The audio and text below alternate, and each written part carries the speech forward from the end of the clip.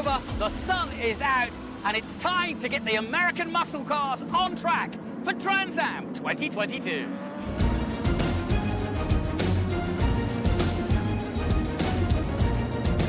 Sebring International Raceway at 3.5 miles and a former World War II airfield is fast through 1, then heavy on the brakes through 2, 3, 4 and 5, opening up at Big Bend and under the bridge, to the hairpin at 7, up the Fangio Straight and into 10 and 11, which is Collier, then a right turn at Tower, Bishop is 14, Le Mans 15 and 16, and then the Ullman Straight, a long, long run, all the way to the final corner, which is Sunset Bend.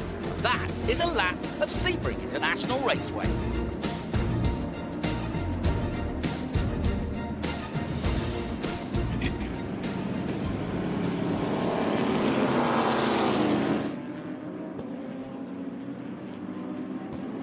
Good morning, everyone. Welcome to Sebring International Raceway. It's a beautiful morning here in Central Florida as we get ready for a full day of racing from both Trans Am and SVRA, which we call the SpeedTour. Welcome to you around the world. We had viewers from all over the world yesterday, and we hope the racing will be as good and as frenetic and fun as it was yesterday. We start our weekend, and it's already underway because the cars are on track with International GT, and a somewhat appropriate way to start our weekend because some 55 cars involved in this. This is the Enduro portion. They have 2 sprint races and an Enduro throughout the weekend. And over the day, we have, starting, like I said, with International GT's Enduro. We'll follow that with all the group races from SVRA Historic Racing here. And then the big race of the day today, the feature race at 1 p.m. local time. That's 1 p.m. Eastern, Florida time. So if you're interested in Trans Am and it's TA2, that's our feature race, some 75 minutes coming up. Turn our attention first and foremost to this. And as you can see, the airport in the background, the famous airport. This is a track that goes back to, well, its origins are that it was a World War II airfield. And of course, part of the track is airfield, part of the infield obviously made. But they needed some long straights. They wanted a Le Mans feel to it, and that's what they got. And this is why this is also the home of the 12 Hours of Sebring. And you'll see these sorts of cars here in a couple of weeks' time. And many of these drivers, in fact, many professionals, some of them semi-professionals, some of them driver coaches, and some of them just gentleman drivers enjoying Porsche racing. And it's not just Porsches, we've got Ferraris as well. So there's a Stuttgart Cup and a Maranello Cup. And the Mission Foods GT3 Cup trophy featuring cars from the 996, 997s, and GT3 Cup cars. Cars that don't often find, as life moves on, a place to race, but they've got one here, and we have got a cracking field of over 55 cars. And just to give you an idea, we've had the 2 races already, and in those 2 races, Tom Pank had a great result in the first race, and then we had a real cracking race in race 2, Stephen Hammond beating Tom Pank in that race. Tom Pank's son, Lucas, also racing in the GTs. David Twatty and Bob Neopol were the top 4 in yesterday's second race. But perfect conditions for racing here. As you can see, they're drifting through turns 2, 3 and 4 high above. And there's the different forms of asphalt I was mentioning. And there's the airport in the background I was just mentioning. And a big fan of IGT is the man who was going to do a grid walk, but I think we got caught unawares. They all went out. Left you on there. Yeah, the great thing about what we're doing with RC and race control is we start at 8, which means we can do these 2 pace laps, and technically we can do the green flag at 8. Because we're always trying to fit about 16 hours of racing in an 8-hour window. Yeah. So any little 5-10 minute advantage we can get, we will take. And why not start the day with an advantage, right? Yeah. Because you don't want to be chasing, and I know his job. I mean, you're chasing it all day, aren't you? Really? Never easy. Well, we've had some good racing from the 2 sprint races. I just mentioned that. And I think we're going to get the same again. I mean, these guys are dialed in now. Yeah, this is a great group. International GT Race 3. And such a great grid of these cars. Like I was saying at the grid walk, when I was a kid, I would have had all of these cars as posters in my room. Yeah. And of course, these sorts of cars have got a huge history with Sebring itself. I just mentioned the 12 hours, and of course you'll see 911s and 997s aplenty here, 911s as well. So I have a text that I got actually from Nathan Bird's dad. It says, my son Nathan is racing in the IGT series with TLM, racing this weekend. It's his first ever weekend in a Porsche. Finished second in the 4.0 class yesterday morning, which is amazing. Yeah.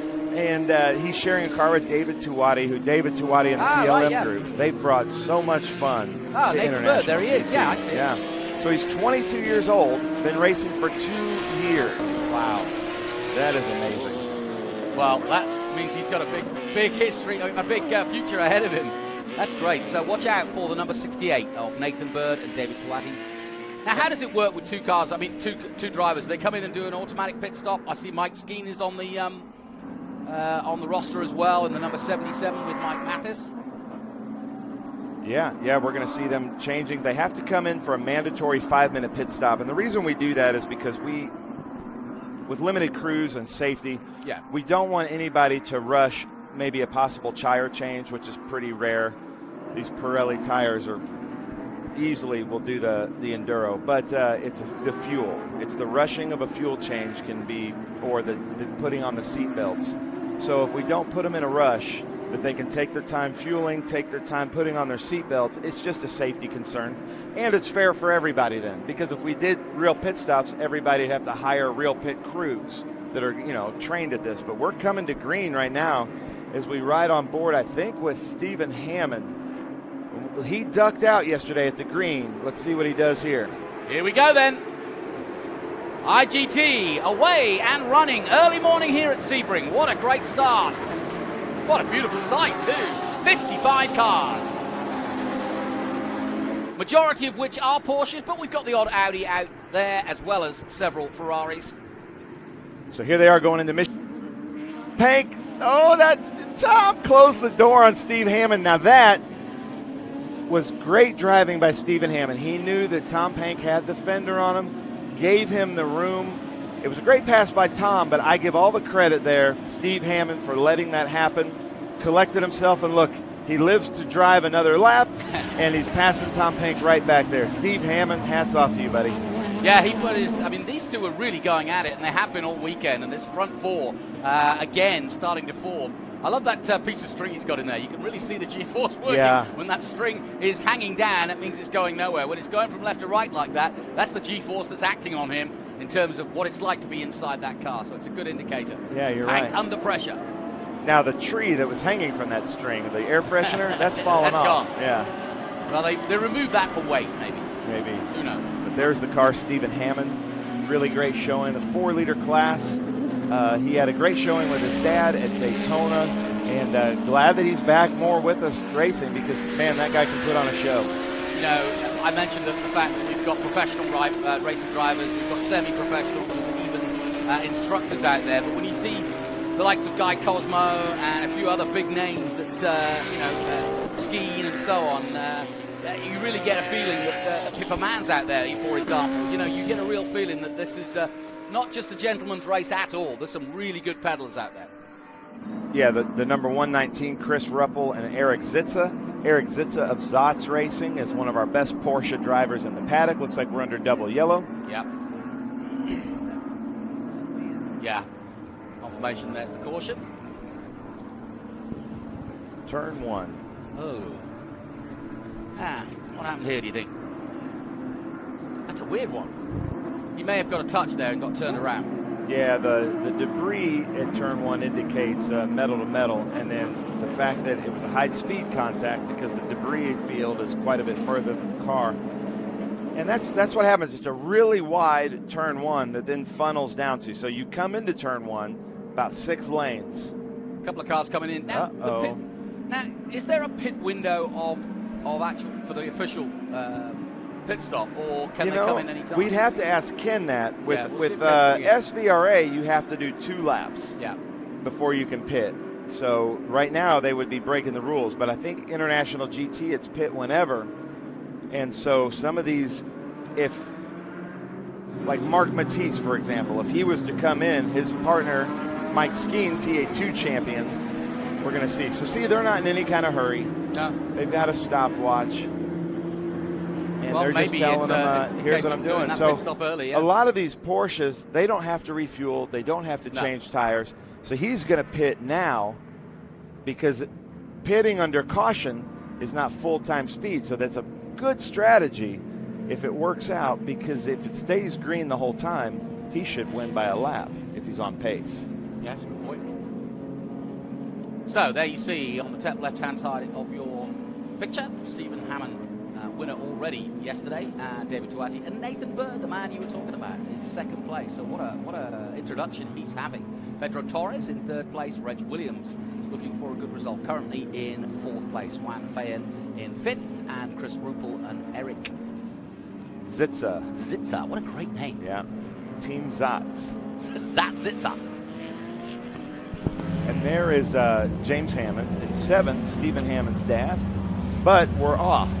No, there he is. Okay, he was behind our beautiful Honda Civic pace car. There's Stephen Hammond, followed by David Tuati, Nathan Bird in that right. And I'm assuming that your second drivers, not all of them have got two drivers, but when I look at Mike Skeen and Pipperman, they're looking to do the second stint as the more professional or potentially faster drivers. Yeah, and so if Pipperman was my teammate, I would come in right away. You know, why not, why not put the race in the hands of somebody a little more qualified than myself? And, you know, I think she could pick up a victory for the team a lot more than I could. The way a lot of the drivers think, the longer the pro can be in and the amateur out, the better chance of moving up. Yeah, exactly. And so they're all here to have fun. Exactly. Well, we're under caution here in our first race of the day. Welcome to Sebring International Raceway as we take you through the International GT race. This is the third race of the weekend for IGT, as it's called. Ken Fengler, who you were going to speak to on the grid, but we got rumbled. They got out early, which is a good thing because we want to keep on time. A lot of races to come. We've got, 5 or 6 groups of SVRA races still to come, including some stock car races, all stock car, with the likes of Joe Nemechek back in action. Really looking forward to that. And then, of course, a massive field in TA2. Go ahead. I wanted to talk about the 343. He was just coming through turn 10 there, or our camera position.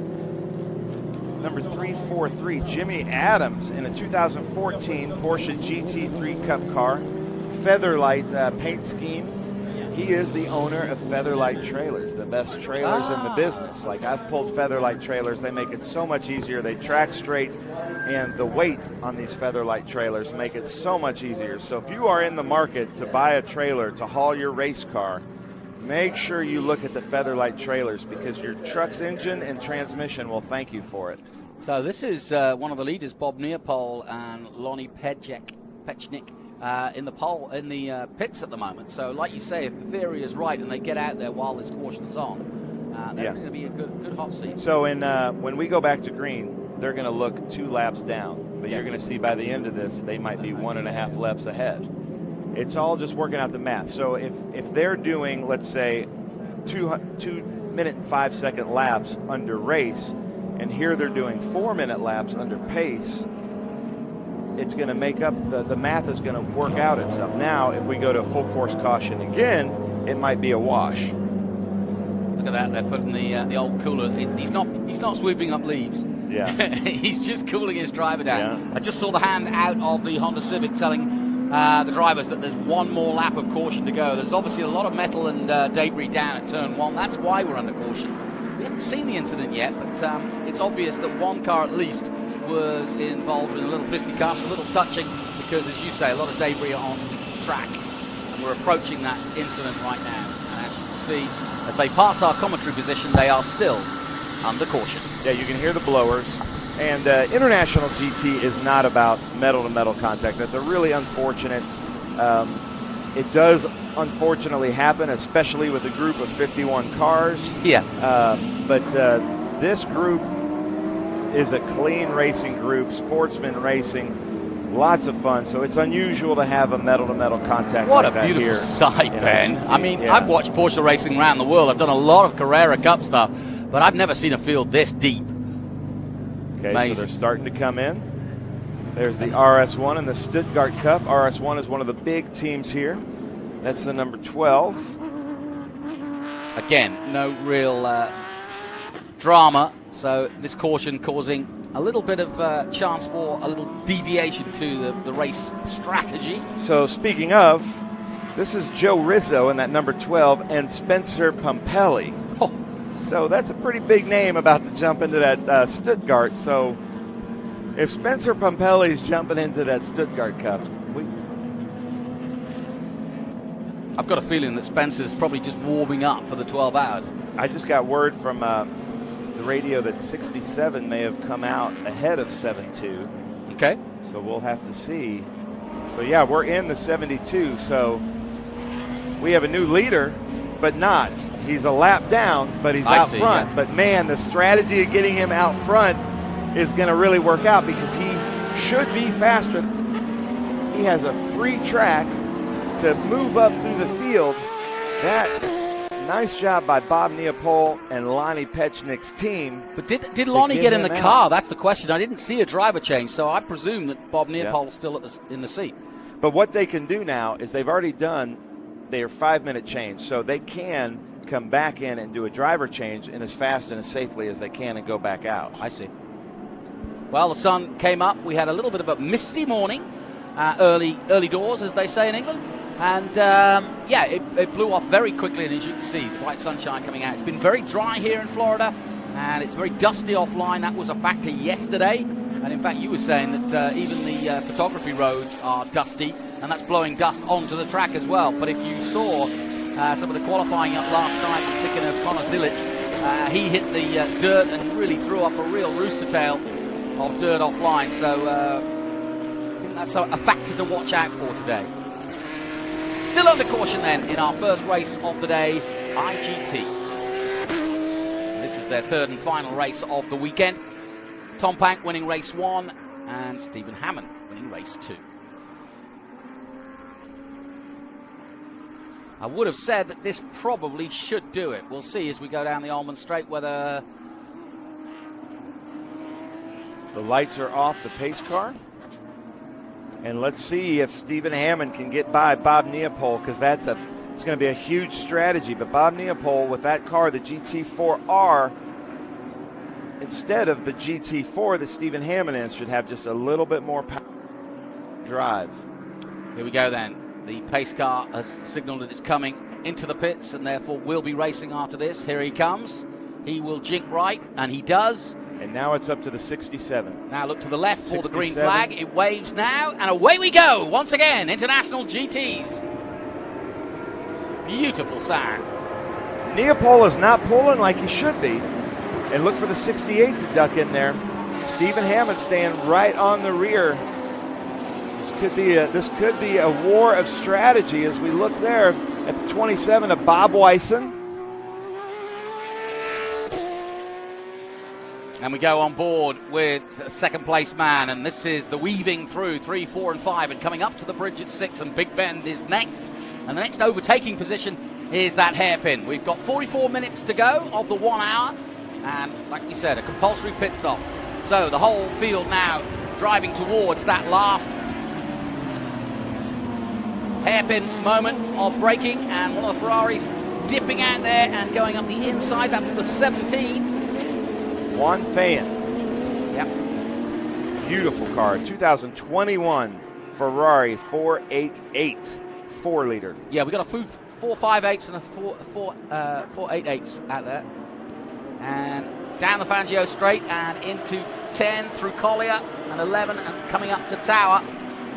And already the field spreading out quite dramatically as we again look at that number 17 car. It's a lovely looking car, isn't it? That is, yeah. Very nice. And like you said, there's different categories of racing here. You've got the Maranello Cup, and that obviously stands for Ferrari. You've got the Stuttgart Cup, which is where they make the Porsches. And so, yeah, the Stuttgart Cup is like the Caymans.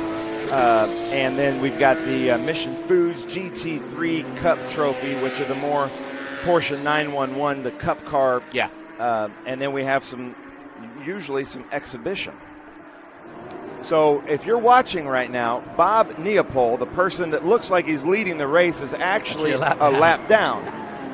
And he needs to stay ahead of these drivers because he needs to be pulling ahead and trying to make that lap back. And he will if it stays under green, because everybody is required to take a pit stop. That's Chris Ruppel, Eric Zitzer right there in the 119 as they come around Big Machine Vodka.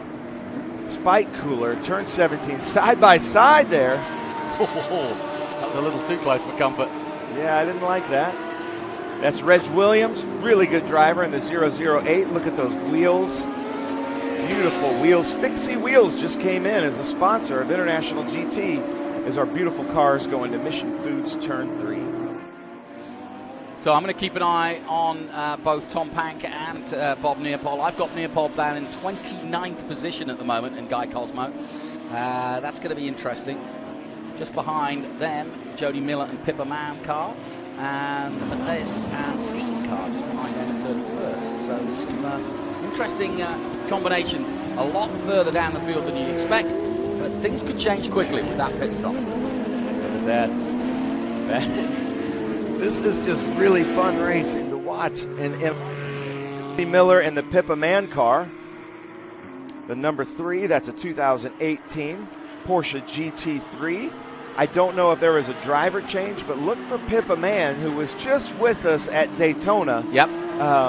Raising the money and making it to the 33. She's never torn up too many trees. She's never won the 500, but just to be there and to gain the money and to gain the notoriety as another female able to make the big show, always good. I'm real puzzled. I need some Porsche people to tell me why Steve Hammond in that 4-liter can keep up with that GT4R of Bob Neopol down that long straight. It's just something that I'm looking at. I'm sure some of you are watching, wondering why that is. So leave a comment if you're watching on SpeedTour.tv on our YouTube page, or if you're watching on Facebook, leave us a comment. What's happening there that I'm just not seeing or understanding? And here's the Featherlight car there of Jimmy Adams. 343. Beautiful car with the Featherlight paint scheme. Coming into the 77.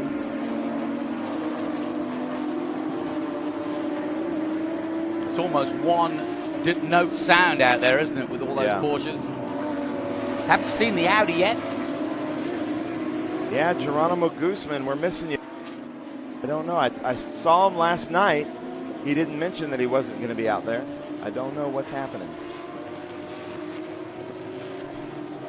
Field spreading out now, and with 39 minutes to go, the usual pit stop is about the halfway point, makes sense. But I suppose you also look for traffic as well, and as we saw, you're not expecting a caution like we did, but if we get another one, I think they'll all dive straight in, don't you? Yep. Now, I was at Grid, and Todd Sloan, who's now 16th, had to start in the back. He didn't have his belts buckled. I think he got to Grid a little bit late. They were working on something and had to take the green from the back of pit lane. And so working his way up to 16th, that's pretty good for Todd Sloan in that number 25. As we watch Stephen Hammond here. Now watch this for my Porsche fans. He's really getting a good exit out of 16, but how is he staying with this GT4R? That GT4R should be gapping him here a little bit, to my feeble understanding of Porsche. He's getting the draft. You can see that clearly. But I thought that the 4R would be gapping him. Well, first of all, he's braking later. Yep. That's for sure. And look how close he's got as they go through Sunset. It could just be driver ability. But he loses on the torque, on the acceleration down the main straight just a little bit. And Tuati and Bird right behind Steve Hammond. Well, you mentioned it. Nathan Bird looking for a better result than yesterday. He's already had a second place, and David Tuati, who's been a part of IGT for many a year. You know, if I came into racing brand new like Nathan Bird is and got a second place in a 50-car field in International GT, I might hang it up and just quit while I'm ahead. You know, that's really, really impressive for Nathan. Obviously, there are really good things to come for his career. I mean, more and more we're seeing youngsters. I've seen it. We had a British GT champion a few years ago who won in a Porsche 911 and then went on to Asia to win the Carrera Cup. His name is leaving me now. But it's a very, I mean, you wouldn't naturally think of Porsches as the obvious starting point. But if you can do it, it really does open up your career to any form of racing, because if you can get your head around racing at this level in this kind of car. And I was talking to Mark Miller yesterday about this. He said that this car particularly is an easy car to drive fast if you're not a great racing driver. But a lot of great racing drivers race against each other in these cars, and rather than chasing just good lap times, they're chasing increments of tenths. In comes the 5. That's Michael Martin and Eric Zitza. So I don't know how he's doing this, but according to our sheet, Eric Zitza is racing 2 cars. That's pretty impressive. Yeah. Yeah, this is a driver change. Okay, so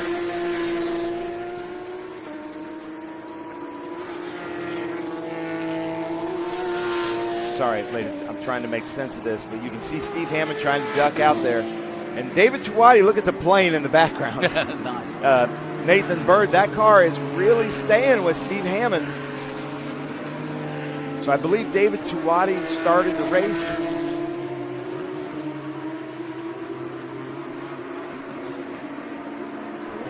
It'll all come to full fruition, don't worry.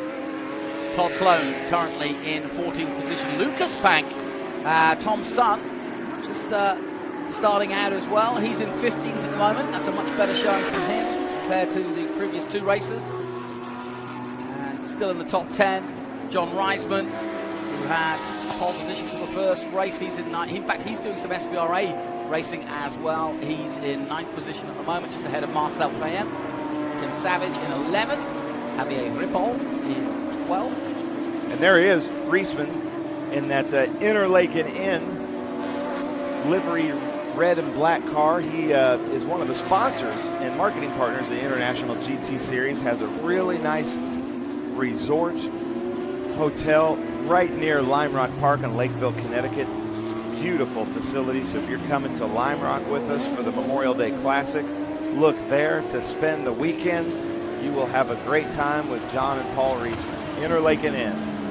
Yeah, and if you're not familiar with some of the hotels and resorts, almost every track, VIR, Road America have got one big resort hotel where a lot of the races stay, but boy, do you have to get it early if you want to stay there, because they are locked out and booked out most years, because they know the racing schedule, they know that they can attract, the racing drivers and the teams. And so if you want to stay there, you've got to get in quick. But it's a great experience, there's no question. Same at Road America and many others. So here it is, the Jody Miller Pippa Man car, followed there by the Jimmy Adams car, the 343. Oh. Look at that, getting a little wide. And that on the dirt. That Featherlight car.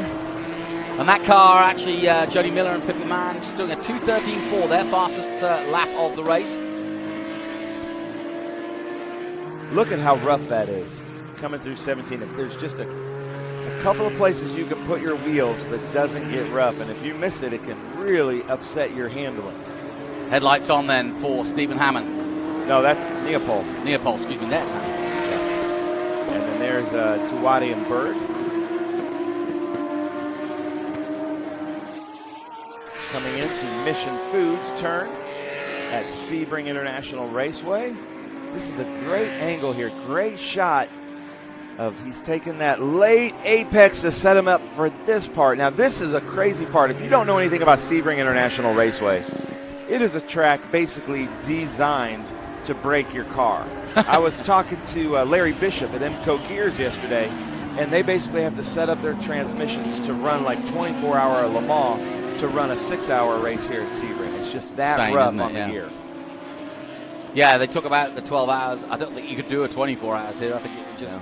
Yeah, I was talking car would to rattle into pieces. The Audi team years ago with that LMP car that's racing with us. Yep. And they think if they can do the 12 hours of Sebring, they have no problem with the 12-hour Le Mans. Yeah, absolutely. And so these cars, these Porsche GT, what are called Cup cars, are designed to race. And you can tell that they can handle this track really well. There's just enough give in the suspension to handle the bumps, but they've really got a lot of good grip, mechanical grip, and downforce to stay around these turns of speed. I mean, this is almost quite good for Stephen Hammond because he knows the situation. Yeah. He doesn't need to attack. He just needs to follow the lines, and I guess he's fairly comfortable. He's obviously got to watch his back, but he's got no fear about the man in front of him because he's effectively a lap down. But that could all change. Yeah, but I think the pride in anybody would like to lap the leader. You know, the person that started the race on pole. He's getting the slipstream here down the back straight. Uh-oh. That's not a good line. Don't get caught up there. No, he's dropped back in. You're back right. on the front straight. You're right. Bob Neopole does have a little more torque out of 17. Stephen Hammond's out braking him into 17. Yeah, that's what I've noticed in the last couple of laps anyway. But that front group now pulling away. Okay, here comes Jimmy Adams taking a different line. He's going to try to late apex 17. There's Reisman there in that inner lake and in.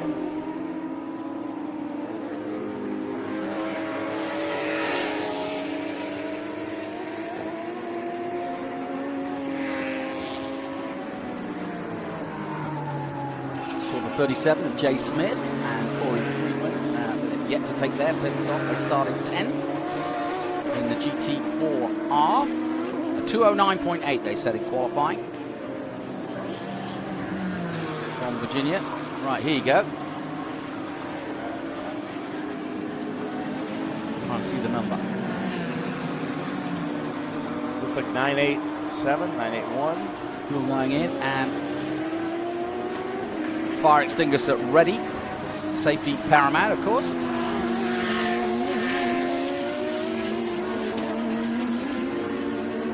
And now, with halfway through this race, we'll start to see more of the cars coming. What did you say, about 4 or 5 made that early pit stop during the first caution? Yeah, I don't know. I'm trying to calculate that, but anecdotally, just from what we saw on the camera, I'd say about 4 or 5. Yeah.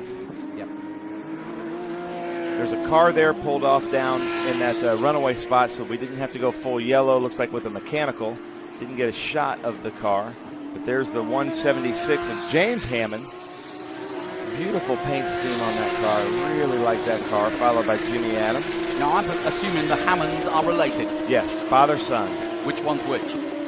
Stephen, the son, is leading the race. And James is dad. Yep. But James is doing well here in 6th place overall. Yeah. Good showing. We've got quite a few father-sons in this paddock, haven't we? Yeah. Races. And racing with Jimmy Adams in that Featherlight vehicle is Mike Skinner, NASCAR champion. Yeah.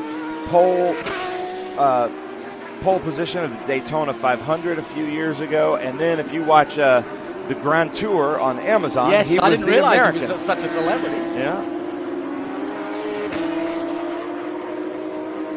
What was he doing on Grand Tour then? He was the American that would, like the Stig in Top Gear, he was the American test driver. I love it. So just to be clear, the 67 you're watching leading this race at the moment is a lap down simply because he's taken a pit stop. And he can all come into play once they've all shuffled through their pit stops. So effectively, as you can see on the top left of your screen, Stephen Hammond leading the race at the moment from David Twatty and Nathan Bird. Pedro Torres, we haven't seen much of him in the 11, is in 3rd. But there are 28 minutes to go, just over. Yeah, it's confusing when you said that. I keep thinking just from visuals that Bob Neopole is in the lead. Yeah. So we are in the leader's car right now, Stephen Hammond, who is just driving a very smooth, consistent race through the Bishop's Bend. If you only knew how difficult this really was, this track. Setting this up, the most important corner here at Sebring, turn 16, setting this up, getting the power down, and he's just trying to get into the slipstream of that very fast GT4R of Neopole. We're hoping to have Kerry Hitt, of course, one of the TA drivers for many a year, up in the booth again. He's not racing this weekend, but I asked him which was the toughest corner for him here at Sebring. And interestingly enough, he said Bishop. He said it's one of those corners that teases you every lap because you think you can take it flat, and you can, but it can be all sorts of trouble if you do. So he said it's always wanting you to come in there faster. And that was the area through Bishop and Le Mans just before this particular section, which is, of course, the Ullman Straight. So now the field is starting to spread out. And in this Enduro race, you really see that Ferrari hit the brakes, come down. Let's see how he goes through. You'll see a blue dot on the bridge right there at the top of your screen. That is supposed to be where you are supposed to hit the mark. And I was saying that a Skippy Barber instructor, Jim Pace, who we all love and just lost just a couple of years ago, painted that many years ago at Daytona 24-hour winner of Jim Pace as this is where you're supposed to hit it. And then talking to Thomas Merrill, who came from Skip Barber Instruction, he said, yes, that's where we tell all of our students that's the quickest, smoothest line through turn 17. So they're all trying to go through under that blue spray-painted dot. So we're keeping an eye on when the major pit stops will start to evolve. And I can hear cars already coming into the pit lane. Can't quite see from my position who, what, where, but we've got Tony Garcia, who will be running around and making sure that we do. But the complexion of this race will change dramatically in a few moments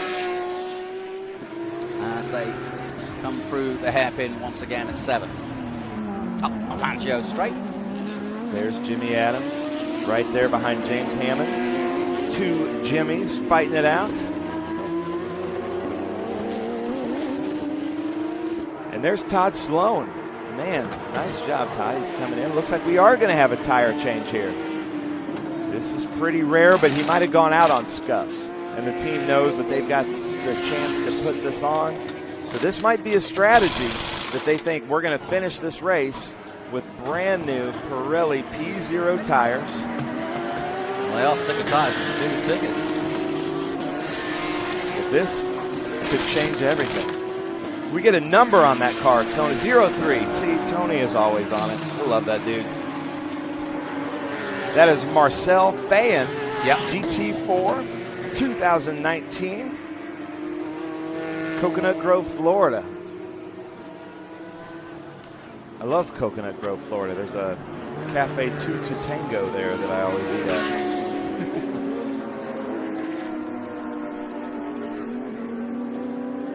There's so that blue dot. Yeah. We'll start to see more and more pit stops now, but this Ferrari-Porsche battle here is not coming into the pits anytime soon. Now watch the front end of this car fall down if he gets on the binders here. That might be yeah, there it is. Just a little touch of the brakes.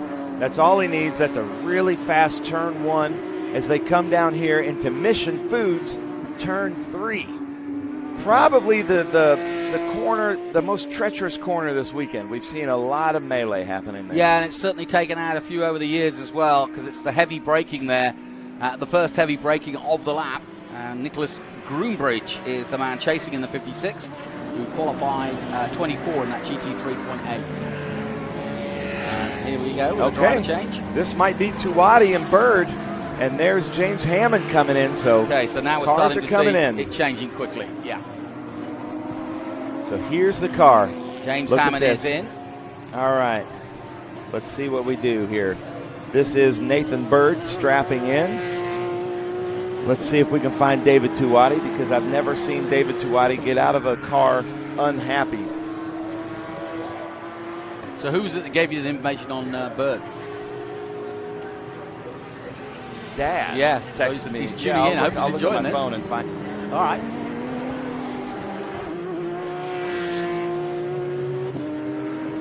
So the David Tuwati and Nathan Bird car in the pits at the moment, as are several others. James Hammond has also come in. The leader, Stephen Hammond, has not.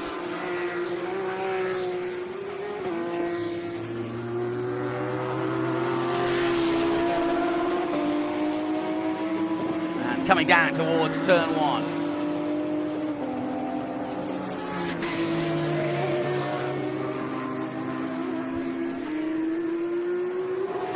So now everything kind of changes if you're watching. David Tuwati's giving us some last-minute instructions. Hey, it might be slick here. Watch out for this here. If I had my son racing, I think I would pick Tuwati. There he is. There's Bird to say, would you give my son some instructions? Would you co-drive? I can't think of a better instructor for these Porsche GT3 Cup cars. Well, great guy. That's another beauty of this series. You can work. If you do 2 drivers, you can work with a more experienced driver as a youngster, which is exactly what Nathan Bird is doing. A bit of advice there. talking about the track, talking what to do, and away he goes.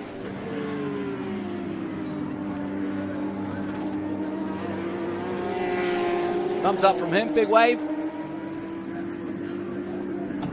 Just checking all the dials, etc. Keep an eye on where Neopol moves up the field as each and everybody comes in to the pits. Of course, he's done his pit stop. He's currently 16. And here we go. So that's the car we just saw get its tires changed. So we're going to keep an eye on that and see if that was a good strategy.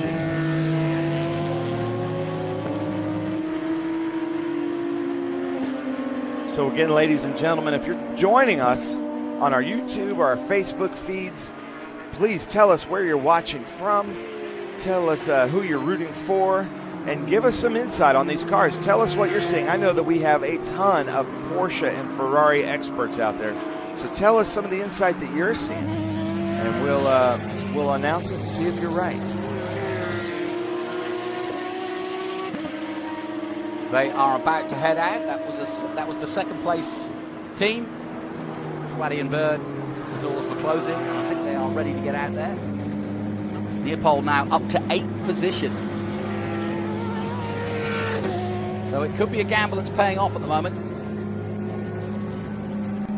It's always hard to tell until everybody's back out and shuffle through.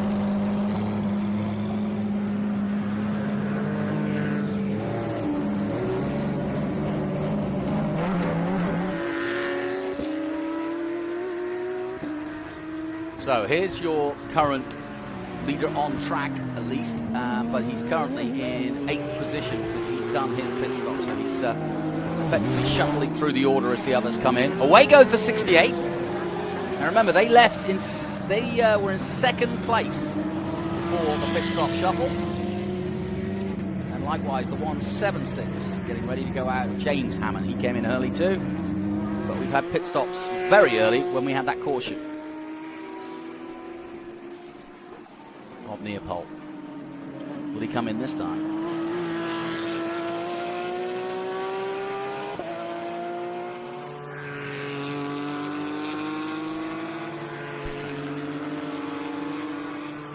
Now we're back on board with car 72. That's Stephen Hammond coming into 7 at the hairpin and up the Fangio straight. Again, talking to Kerry, he said this is his favourite part of the circuit. It's very fast and a big kink either way, both ways, and then into 10, which is tricky.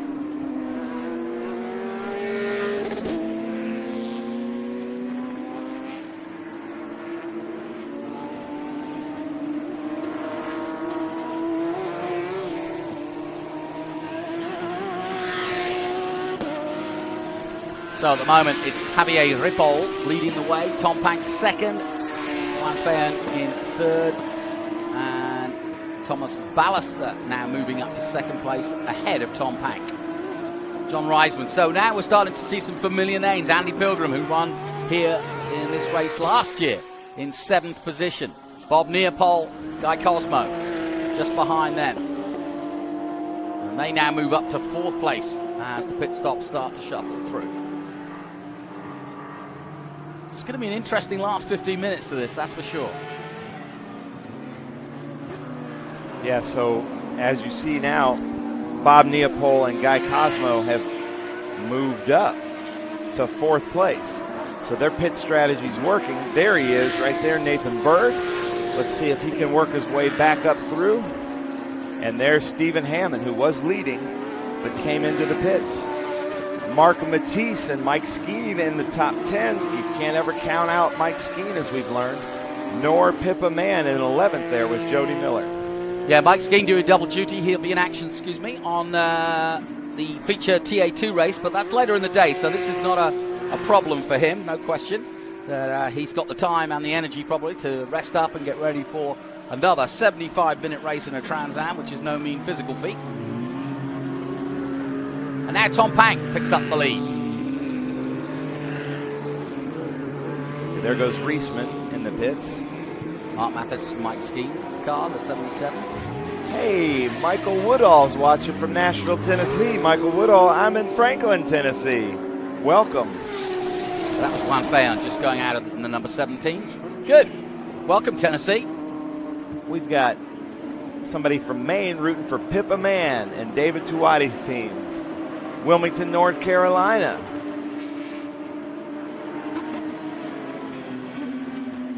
I'm watching Tuati and Bird on the live timing, and they're currently in 15th, having done their driver change. Is Butch Leitzinger racing today? He is not. Well, he was in the lineup. He usually races with Juan Gonzalez, but I didn't see Juan Gonzalez take the green. Juan Gonzalez might have left, which means Butch Leitzinger, unfortunately, may not be in this race. Oh, you're right. Yeah, the 81. Yes, they are down, but I haven't seen. Are they in it? Yeah, well, they qualified 9th. Yeah. Juan Gonzalez, Butch Leitzinger. A lot of time Juan has to leave on Sunday to go deal with his business. He does run a huge business, Mission Foods. Well, most of these guys do. I tell you what's cool. I brag to all my friends that, hey, I know Juan Gonzalez, because everybody loves their Taco Tuesdays. And Mission Foods chips, tortilla chips, salsa, queso, that is the way to go.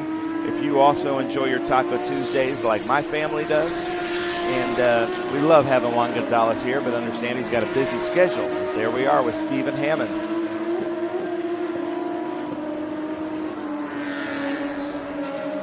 Still Javier Ripoll out there. Tom Pack second. Hey, I've got to give it up here. This is pretty funny.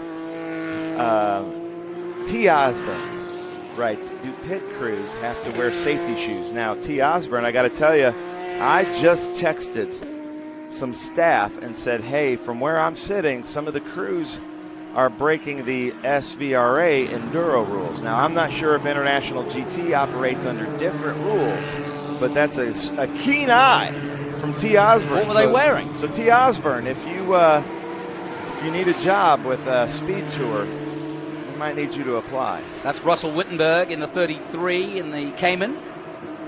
3.4 Cayman. From Ormond Beach, Florida.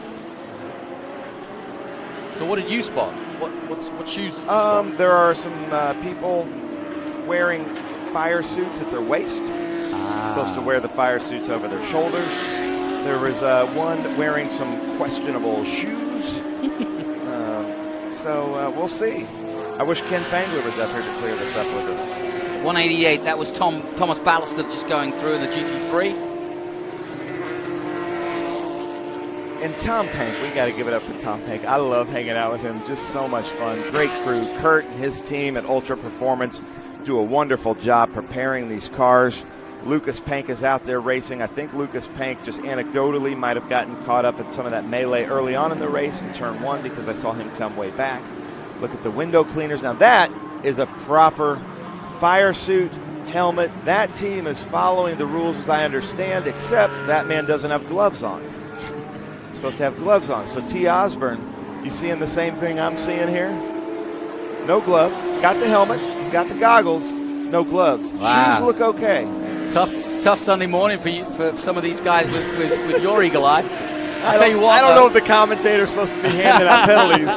But as you kind of fit in between the two, don't you? Yeah, really? I am. This is kind of I have a weird job.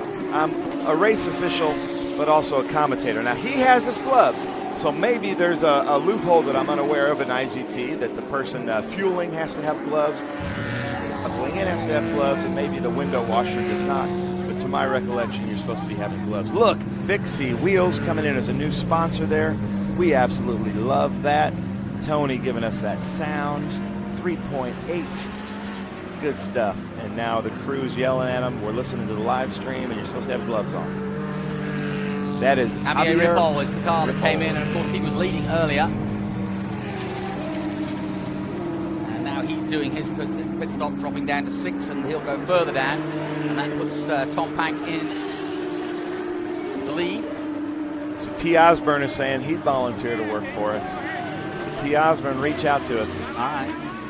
So they're looking at the clocks. They're saying he's about to go out. Again, if you're just joining us, this is a mandatory 5-minute pit stop. The reason we do the pit stops is just for safety so that the crews can just kind of get over the wall at their leisure, put fuel in if they need, change tires if they need. But the biggest thing really is the fueling.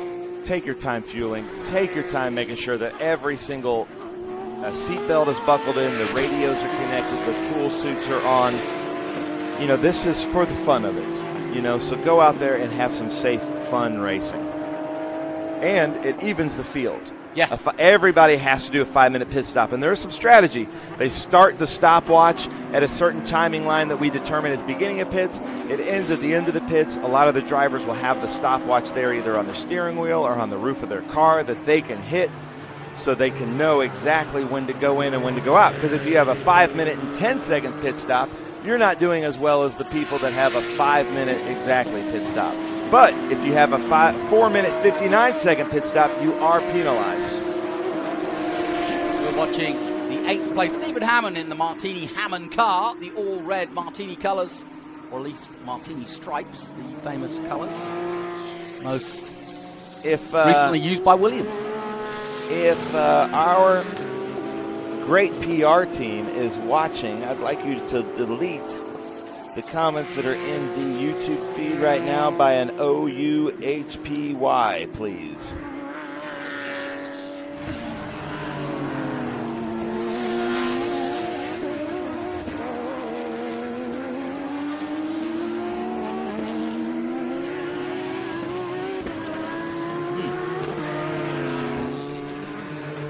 Well, here we are, almost to 10 minutes. Ladies and gentlemen, this is where it's about to start really heating up.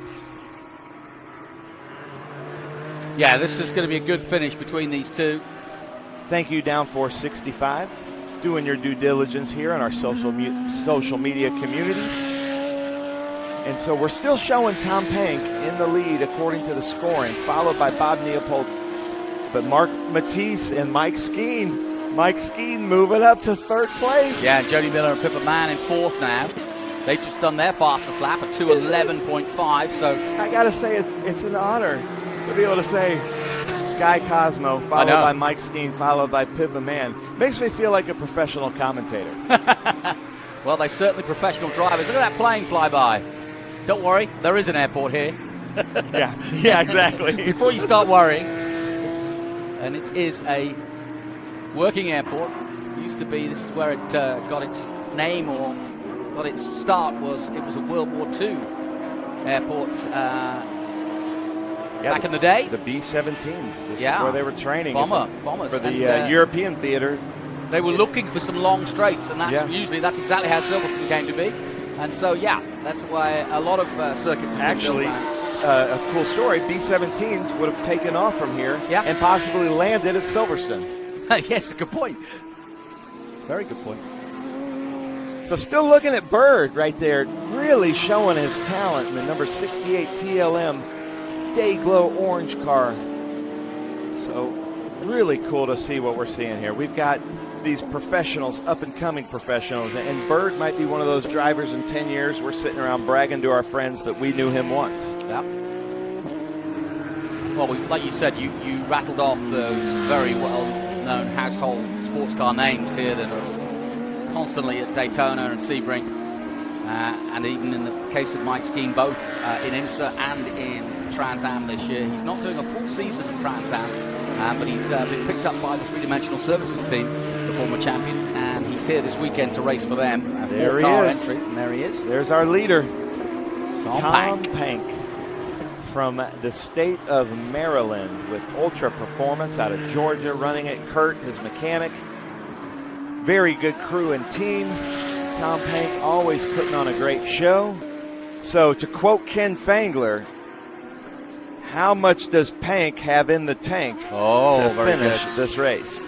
Well, I can tell you he's got a 4.2 second lead at the moment over Bob Neapold and Guy Cosmo. Guy Cosmo in the seat at the moment, and likely in 3rd, Mike Skeen in the driver's seat in his GT4. Yes, Downforce 65. He says he's homesick for Florida, loves the drone shots. That is a drone. I believe we're using a DJI drone. Mavic probably looks like a Pro 2, and that's what we're doing. Yeah, it's really changed the complexion of racing, has drones, in the last few years, so you can really see the gaps for yourself rather than just rely on the timing. And in fact, I'm enjoying having, it's the traffic that I enjoy seeing, is you can see the leader, or hopefully you can pinpoint the leader, and then you can see the traffic they're getting to, especially at this point in a race where you just don't know. When you're looking at the timing sheets, you don't really know what's ahead of it. Yeah. Whereas when you go to the drone, you can easily see what is ahead, especially in those closing laps. You can see what he's going to have to deal with. So, Jonathan, right now I'm looking at our SpeedTour TV broadcast, and I got to say, and I got to tell everybody out there, I'm not a commentator by trade. I do my best, and it was so great reading the comments last night because I'm learning so much. We have a ton of experts. Right now there are 411 people watching all over the globe, and I'd say probably 390 of them are experts. And the comments that I'm getting, the insights that I'm getting from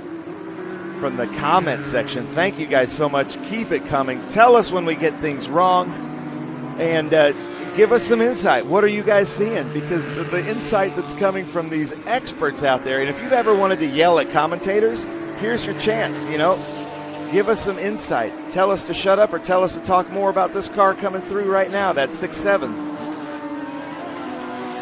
So what are you picking up, words of wisdom? Oh, man, all kinds of stuff. They're talking about races in Barcelona, the fumes from the gases. It's the lava that they had to drink. It's just all kinds of fun.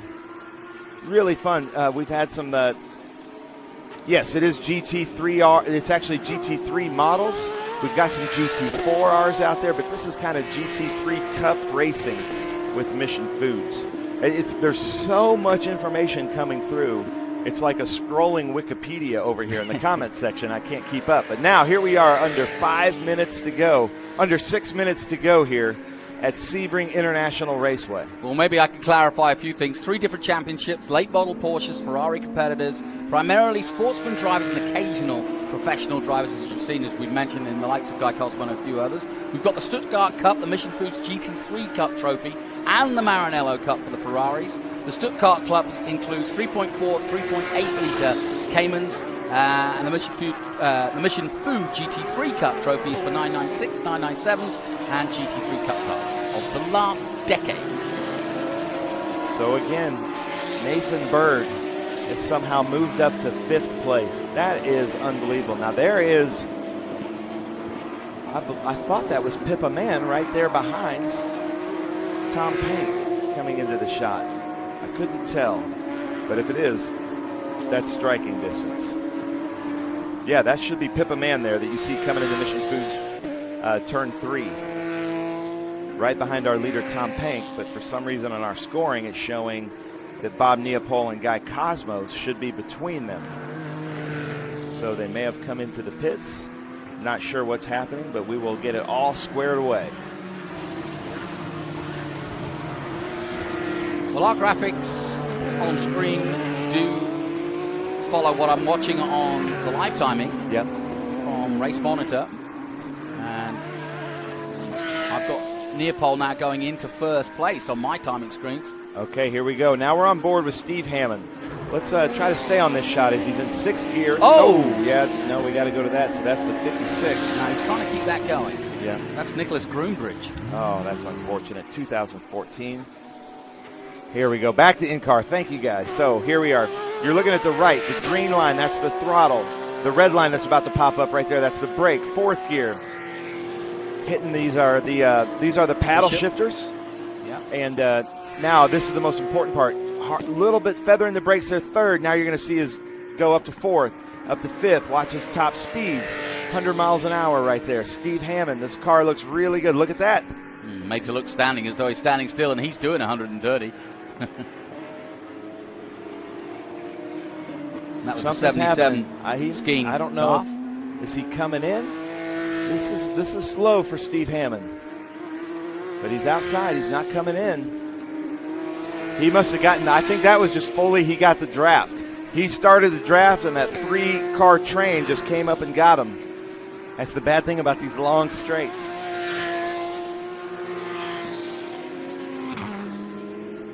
Stephen Hammond drops back to 7th place.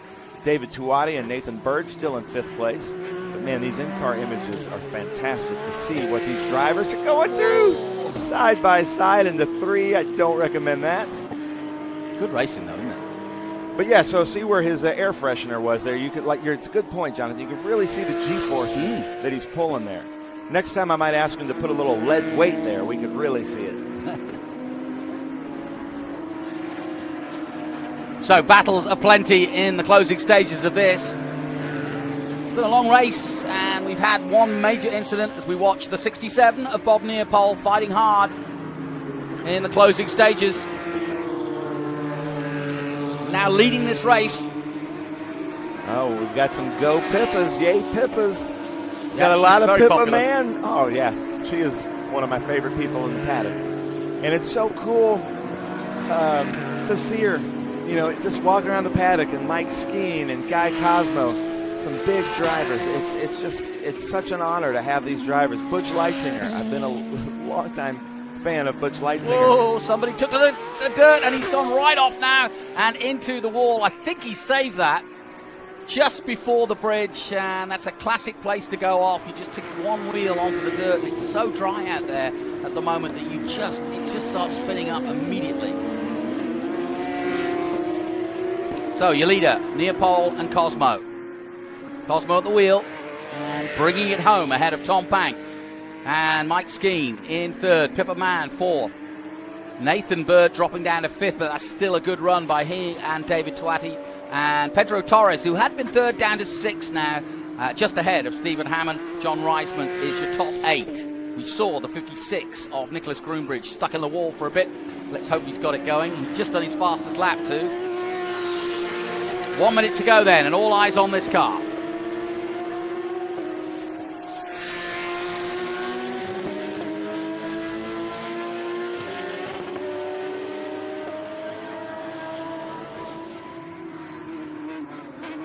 Bob Neopol, Guy Cosmo, they played the strategy right. We were saying it. They were a lap down, but it looks like whoever came through made that call to come in. It's a good call. Tom Pank, though, still showing and scoring 1st place. Yeah, the timing's not been easy on this at all, because it keeps swapping around between the two.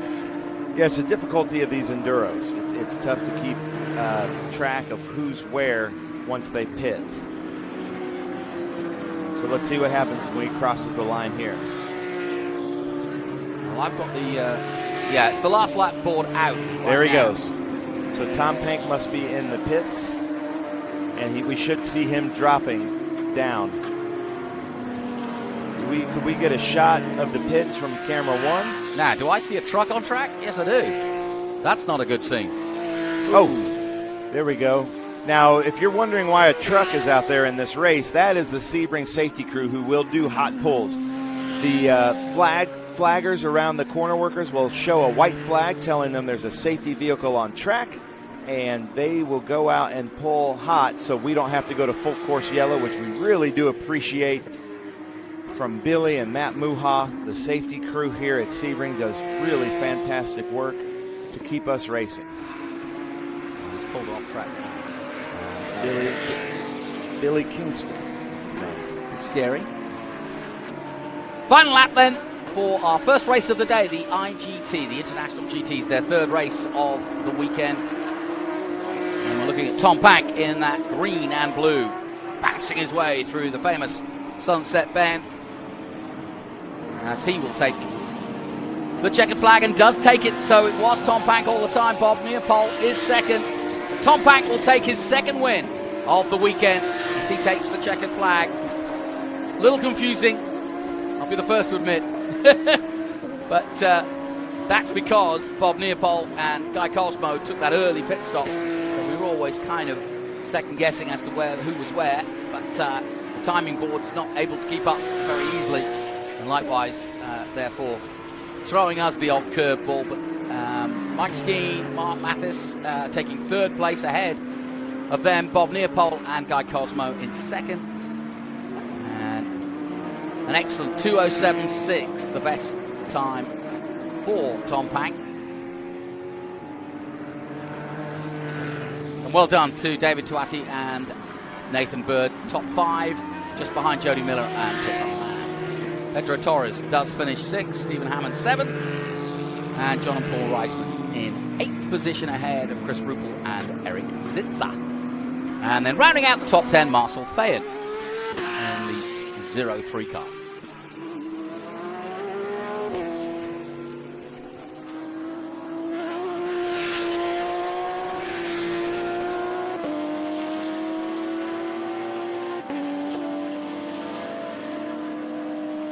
Now the IGTs will be with us throughout the SVRA season, so they've got a big season ahead. This is their first round as well, and they'll follow where SVRA is, not at every round, but at several different rounds. And they've just seeming to find a nice home here with SVRA. It seems to fit nicely. And when it comes to Trans Am as well, you get the likes of the Skeens coming in to do a bit of extra driving, and they are welcome. So that concludes our first race of the day. Plenty more to come from Sebring. Stay with us. We'll take a short break. We'll be right back from the Speed Tour. Join us in a moment.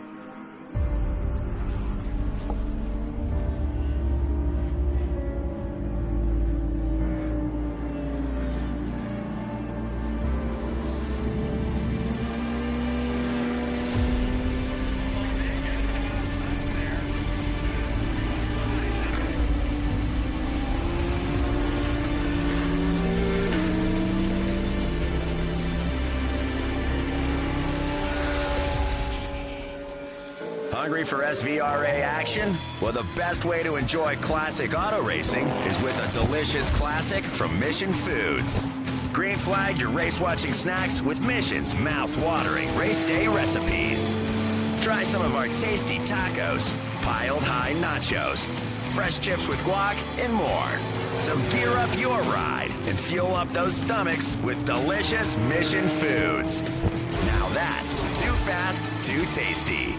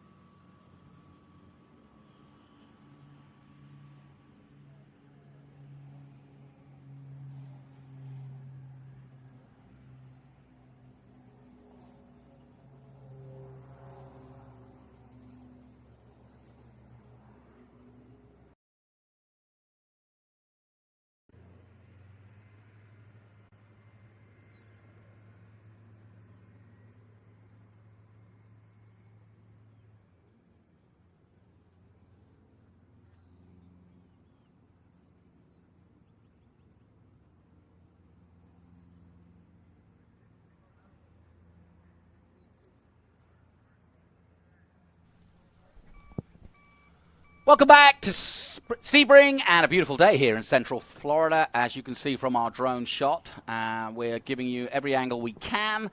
It's never easy with this sort of racing. You've got many types of different cars here, and obviously some are more climatic than others, but this one will be one of those more dynamic races for sure, because this is Group 6 and Group 12A from our SVRA, and we're looking at the number 1, and it is one of the most successful cars in our SVA groups. There is the champion Scott Borchetta, who will also be racing later today in our feature race in TA2. He's had a stunning rise through the ranks and now is very much a contender in TA2, but he loves to race his historics. And alongside him is Claire Schwendemann, who had a great race yesterday. And he in that 68 Chevrolet Corvette. So we're going to get two beautiful Corvettes going head to head. And the field of 30 cars, not all there yet, but starting to form up on the pre-grid as we take a look at the 111. That is Jonathan DeGainer in the Devon Evolution, away from him. So two groups out there, Group 6 and Group 12A. If you're interested on how the groups work, or if you want to get involved, go to the SVRA web page. Got plenty of good shots of this BMW yesterday. Tyler Sharon at the wheel with the BMW M2 CSR.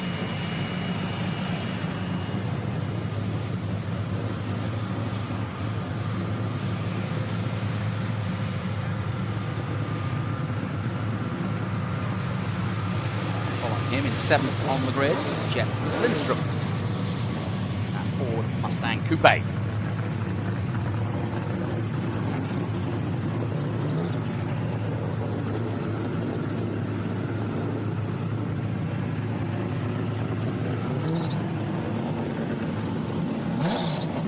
Jeff McKee in the 51 Mustang Coupe.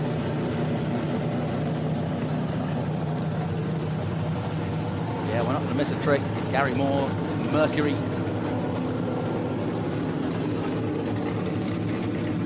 Gary's been a part of SVRA and this group racing for quite a few years now. Always puts out an immaculate car.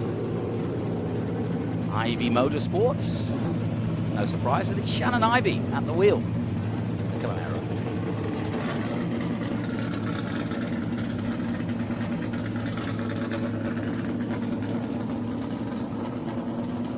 Some of the drivers do East Coast only, some of them do all the races, but we tend to get different groups and different cars as we go around the USA. Obviously, making the trail to the West Coast is quite a long way to go, so we'll probably, when we go to Sonoma and Laguna, have a completely different field in this particular group. John Strauss in the 14A there. Several BMWs here.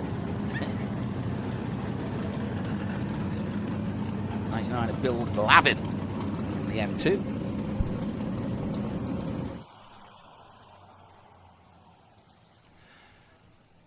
And it's starting to heat up. It was very hot by the end of yesterday, and it's been dry and hot here in Florida throughout most of the last 10 days or so. You can just see the lakes in the background. We're right in the middle, central Florida. If you don't know where Sebring is, of course, the racing community does, because it's pretty much identified as that, but of course it's also the fruit growing where the oranges grow.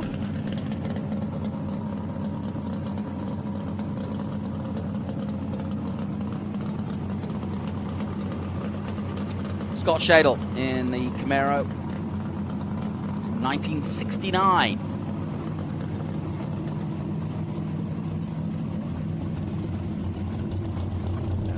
Carlo Falcone in that Bizzini. And it's interesting. Bizzarini, soup of nuts, he calls it. I think that's his addition. It's definitely a Bizzarini, but I don't know where the soup to nuts comes from. I think he added that, but it's fun. The 67, James Dolan, that Shelby GT350, beautifully prepared. And then there's classic blue and white colours too. So quite an array of different cars, the most modern being that Well, there's a Dodge Viper from 2010, but we've got a BMW MT that's 220. And then we've got cars that go back to 63, well, 61. We have a Jaguar XKE. Now, it didn't finish the race yesterday, so I'm hoping that Larry Ligas may get out again today, or if it was a big problem yesterday, he'll just say enough's enough and take it home. But it was the oldest car in the field yesterday, 1961, and it looked absolutely awesome too. There's the 5 of Stephen Shoddy and that Cobra waiting to go out. You can see the Cobra in the white.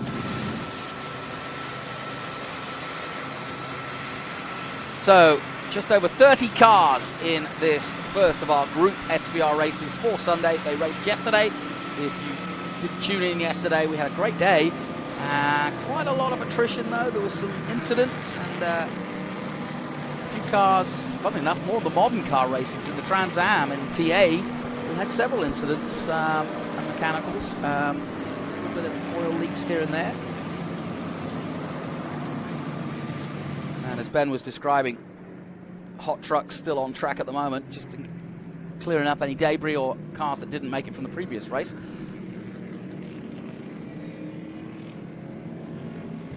Just starting to heat up here at Sebring.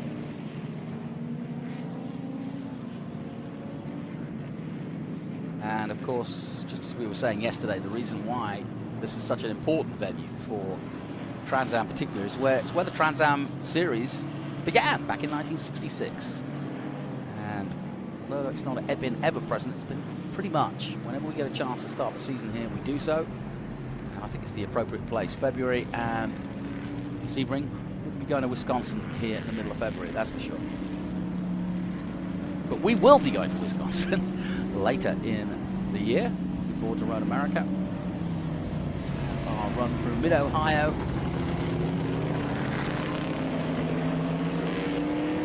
And right on cue, the man who professes to say, although I think he says it to most groups, he says Group 6 is one of his favorites, but I do know that is true. It's a crowd favorite for sure. Yeah. So if you're watching this right now on our social media channels, make sure to leave a comment. Are you Ford, Chevy, Dodge, Jaguar? Who are you rooting for in this? Tell us where you're watching from. I've got some New York here. We had New Zealand yesterday as well, weren't they? They were tuning in. Panama. And we've had, we've heard several very interested people in the Isle of Man. So it was nice to welcome them. Yeah. And I hear them all the time. Yes, and they happen to have quite a little fraternity there of fans that really do take close attention.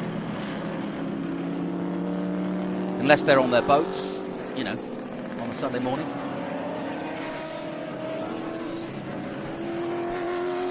Great place to live. Fire up the boat, and out you go.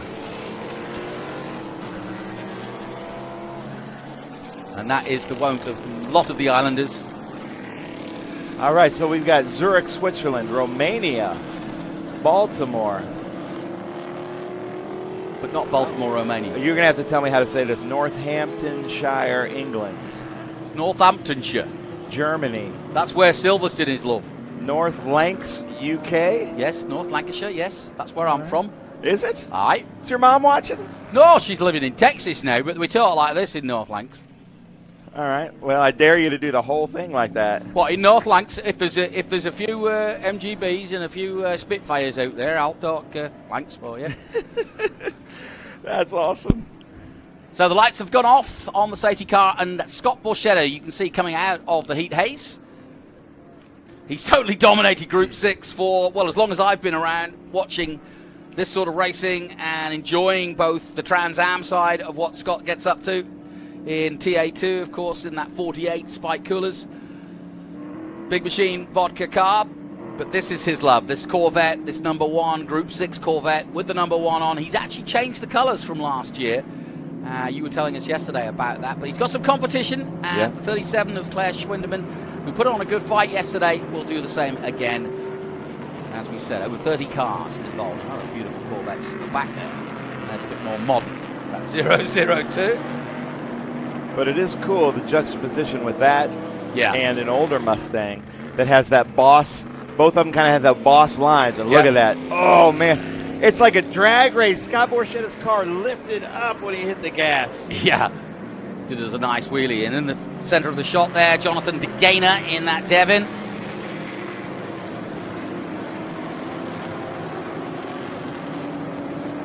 Shapes and sizes coming through 210. Big bump through the second corner there as they head under the brakes till 3 and the Mission corner.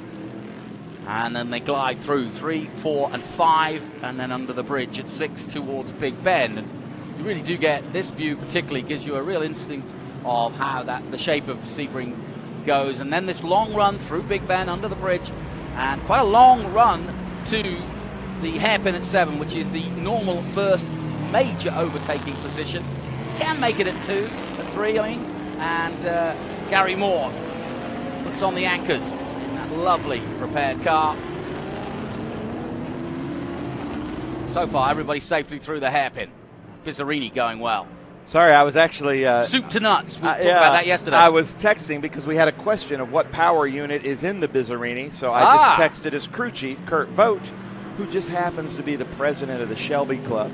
And there it is. So Scott Borchetta, that was Kurt Wetzel's car in 1971. He brought it back to the livery that Kurt raced it in Europe.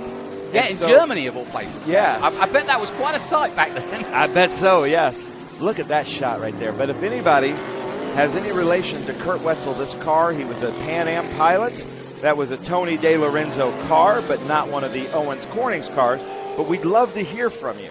Anybody that's affiliated with that car back in the day, we'd love to hear from you. I know Scott and his team would like more history, more photos, and more stories surrounding that car, because I guarantee you that car is about to be one of the most winning cars ever in vintage racing. Yeah.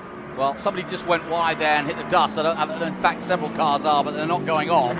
It's just the fact that off track and just off course, it's very dusty indeed. As this field starts to spread out, yes, that Pan Am pilot, I think the story goes he had a lot of excess luggage as he ferried parts between America and Europe to make sure that car stayed on track, right? So I just got word that is a Hoorie engine in that Bizzarini. It's a 351 Windsor Ford-based engine. So there was a 351 Cleveland, made in Cleveland. Then there's the 351 Windsor. We've got some Canadians watching just over the Ambassador Bridge from Detroit, Windsor, Canada. Oh, okay. Claire Schwindeman, though, is keeping up with Scott Doing Borchetta. a good job. Yep. So that Bizzarini we were talking about has a 351 Windsor Ford power plant. I'm glad he spotted that, because you spotted it yesterday and we're all excited about it. And it is a beautiful looking car. It frankly. is. So that's the Devon of Jonathan De Gainer from Ohio. That is a Devon were kit cars that you could buy the body kit, but it's on a Corvette chassis, I believe. It's got a 327 Corvette engine. Really talented driver is John De Gainer. That's actually his father's car that he's driving. Yeah, and they call it a Devon Evolution for that exact reason. Yeah, you could put Devons on MGs. You could put them on Jaguars. Corvettes were popular platforms. I just mentioned before you came in that Jaguar XKE that pulled out of yesterday's race. I don't see him. No, I'm presuming that he didn't make it out. Although Patrick Sessions, no, I say that. He's currently 15th, so maybe. Oh no. Larry Ligas. That's Ligas. Had an incident yesterday and won't be back on track. But there's Shannon Ivey in that beautiful number 7 Camaro, following Jeff McKee in that Falcon, and somebody up there ahead of him is smoking. Maybe Gary Moore in that Cougar. Let's ask the crowd here. What do you guys like? Do you like the Camaro, the Falcon, the Cougar? What's your favorite? Leave us some comments here on the SpeedTour.tv YouTube page. Yeah, just to reiterate, it's all free this year. You'll be able to watch and tune in anytime that we are racing. Go to the SVRA website or the SpeedTour.tv website and YouTube. You can get the schedule, you can get the information there. Sign up and join us whenever you can. And like I said, as we tour around the country, we get different groups on the West Coast than we get on the East Coast. So it really is, we'll have 500 plus different cars as the season goes on. Yeah. Oh, it's so much fun. And, you know, make some comments because we listen to your comments. Last year we got a lot of comments on, can you put this on Facebook? Can you put this on YouTube? And now here we are this year on Facebook and YouTube. So go to youtube.com/SpeedTourTV. It's the best way to see it. That's the comments that I'm reading. Tell us where you're watching from, and are you Ford, Chevy, Dodge, BMW, Jaguar? Who are you rooting for in this race? Jeff Lindstrom in third place at the moment in the 68 car, the Ford Mustang Coupe. Somebody just told me I shouldn't have mentioned the name of that bridge because it was recently in the news. You might be right. Look at that BMW coming in now. If you're wondering what this BMW is doing out there, that's a Group 12 car. They're new to the series. JR3 brought them in, Bill Glavin and Billy Glavin. I think there's two of them in this race. Over 400 horsepower, automatic transmission, and air conditioning. Oh, I've just realized you were talking about that bridge. Yeah. Oh, well, the Ambassador Bridge. Topical. Yeah, exactly. We're trying to just pointing out where the engines were made. You weren't talking about the bridge. There's Gary Moore drifting it through. Lovely. That's our 2020 championship-winning Billy Griffin car. Yeah. And he's racing this weekend. That, I don't know who's on that camera, but that was a fantastic shot of the slip angles, the car drifting through that turn.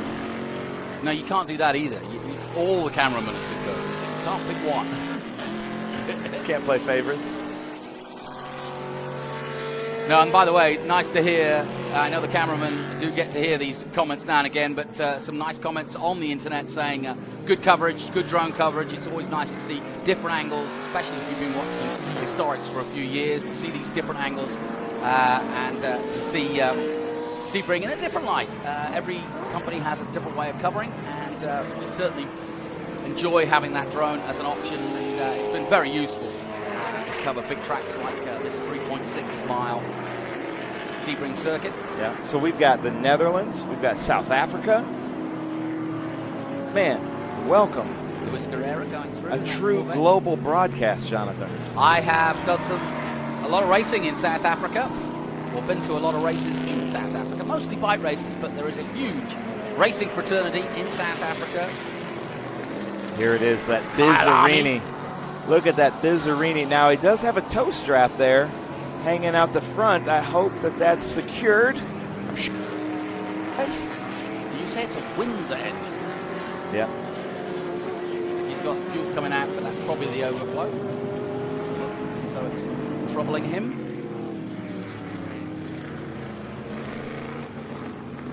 And that's Carlo Falcone at the wheel. And Falcone, excuse me. And he's currently in 10th position, just behind John Strauss and Shannon Ivey, who we saw on that all-white car. And the number 7 is in 8th.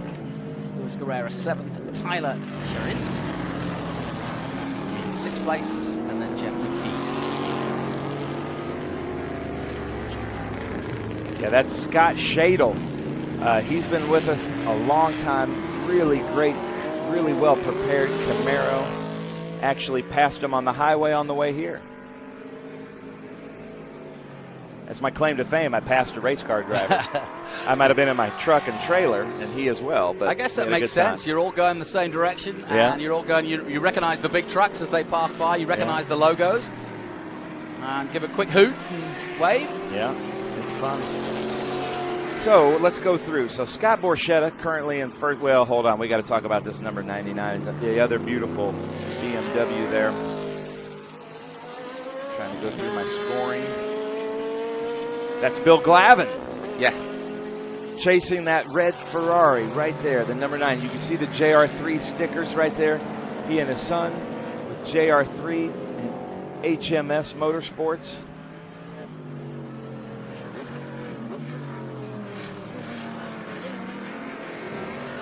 Yeah, one of a few Ferraris out there in this one. Ferrari 360 Challenge car from 2000, so fairly modern.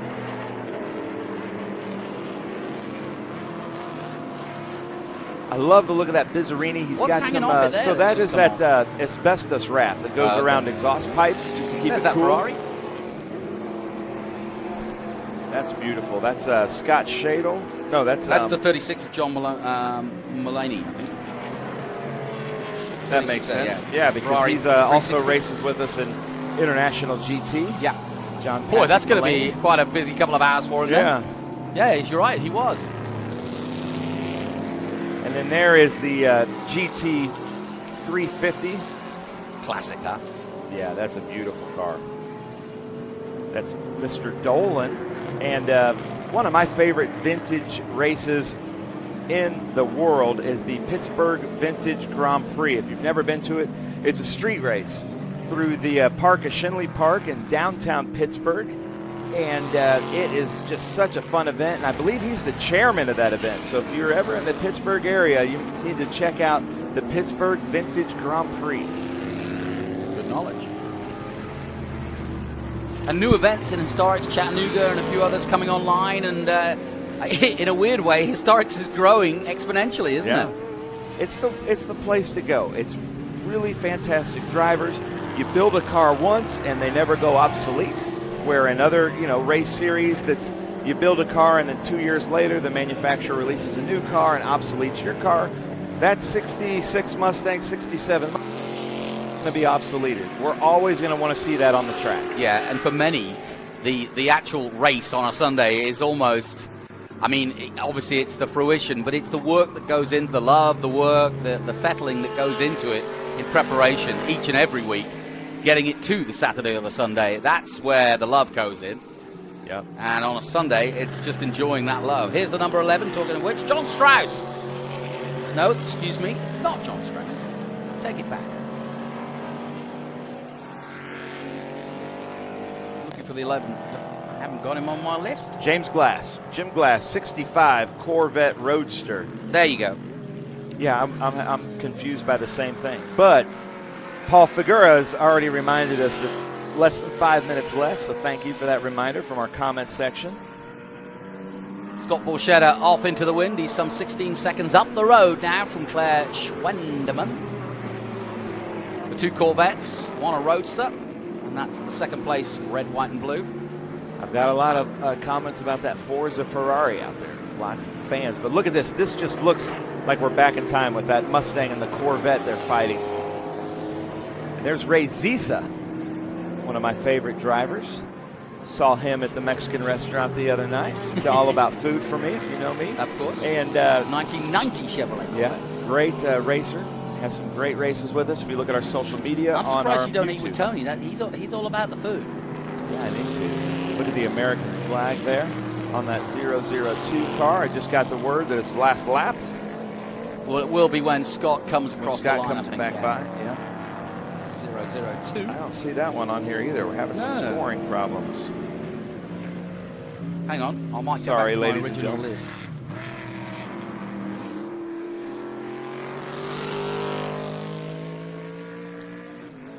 So we'll go Yeah, through. I've got, that's Ronnie Tassila in the Mustang. Renee FP Tarsilla, Yeah, with Griffin 350S. Motorsports. Awesome. Renee, thanks for coming back out. So we've got Scott Borchetta in the lead, followed by Claire Schwindeman, followed by Jeff Lindstrom. That's your overall. But Jeff Lindstrom's in Group 12, leading Group 12. Then we've got Louis Guerra, Jeff McKee, Tyler Sharon, Gary Moore, Shannon Ivey, John Strauss, John Mulaney, Carlo Falcone in that Bizzarini soup to nuts, Scott Shadle, Bill Glavin, Jim Dolan, James Glass, Ray Zisa, Renee Tarsilla, Eric Bowman, John Cloud, and Gary Hagopian rounding it out. But there is our leader. And here it comes. Scott, Rocky, Dylan, I hope you don't mind. He's on a streak.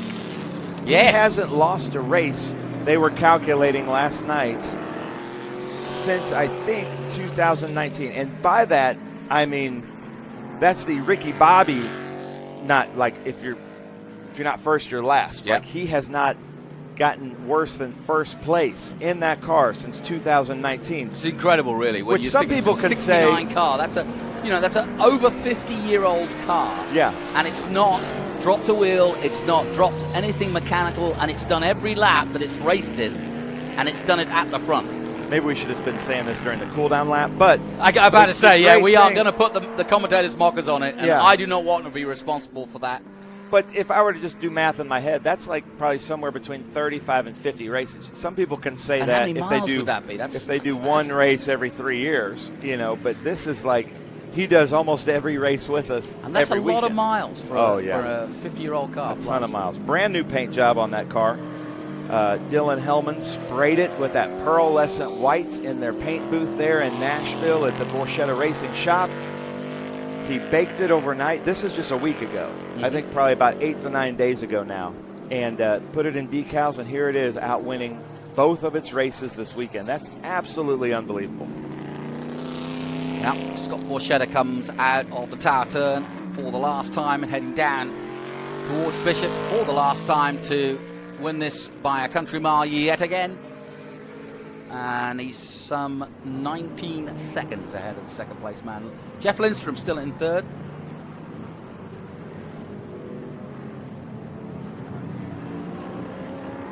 Now, what's happening up here? Don't know. 2 cars off track. Looks like Shadle there. Well, they're not going anywhere, but this man is. Scott Borchetta comes into Sunset Bend.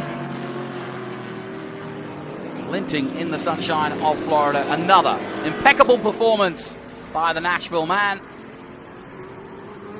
And his streak continues. The checkered flag waves then for Scott Borchetta in the number 1 1969 Chevrolet Corvette as he wins ahead of Claire Schwendemann in the number 37. He's just coming into Sunset. A few seconds behind, but still a very good effort and another beautifully prepared car.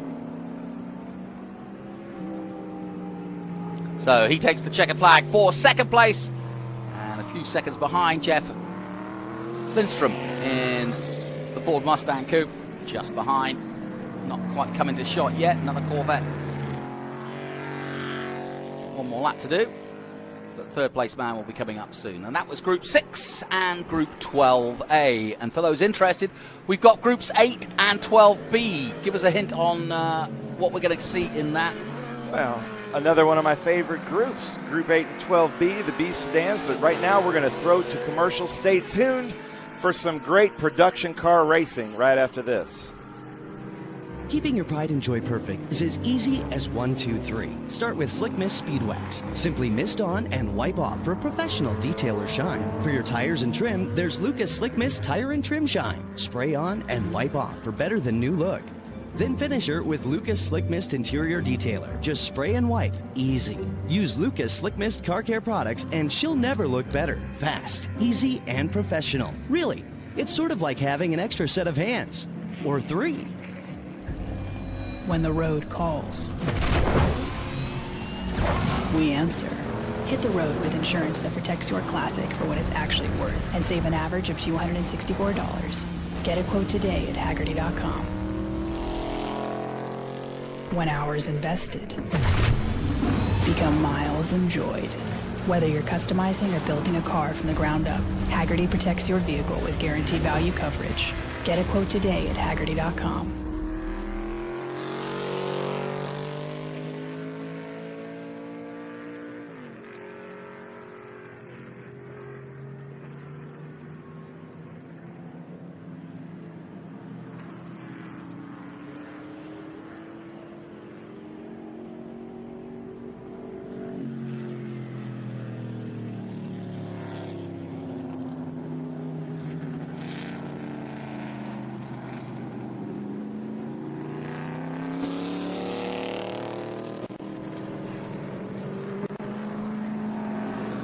Welcome back to the SpeedTour as we look down on Ben Sissel's hotel where he stays most weekends here at Sebring. We're a little further away in a camper. I'm in a La Quinta this weekend. That is Ernie Wilding and a 1995 BMW M3. We're doing Group 812, but this man right here, hey, Tony Garcia, you're going to like the man next. Look at that thumbs up right there from Ernie Wilding, but let's get a shot to the car to the right. Ah, yes. You're going to like this, Tony Garcia. That is the owner of Mission Foods. I think about this man, my friend Juan Gonzalez, every Tuesday. I love my Mexican food, as every good American should. And there he is, Mission Foods, Juan Gonzalez. what an honor it is to have him here. And he gave him a thumbs up. Yeah, and it's great. New sponsor. She just got awarded our SVRA Driver of the Year for 2021. She was so surprised. Lisa Hansen, well-deserved, 1969 Porsche 911S. It is very rare not to see her up at the front of these race fields. Dawn Myers, just saw her this morning. First time back in SVRA in a while, 1969 Porsche 911. That's a pretty thing. Look at that. First 4 people, 2 male, 2 female.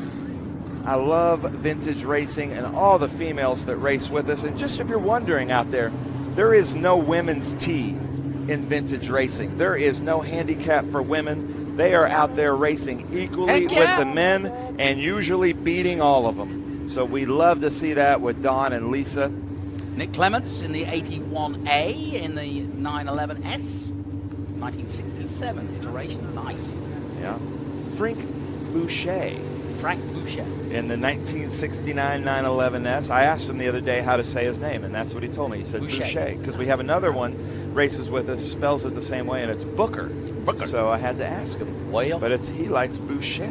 Well, that's very popular. Well, he's driving a Porsche. We want a bit more of a flair to it. Wasn't the water boy Bobby Boucher? Yes.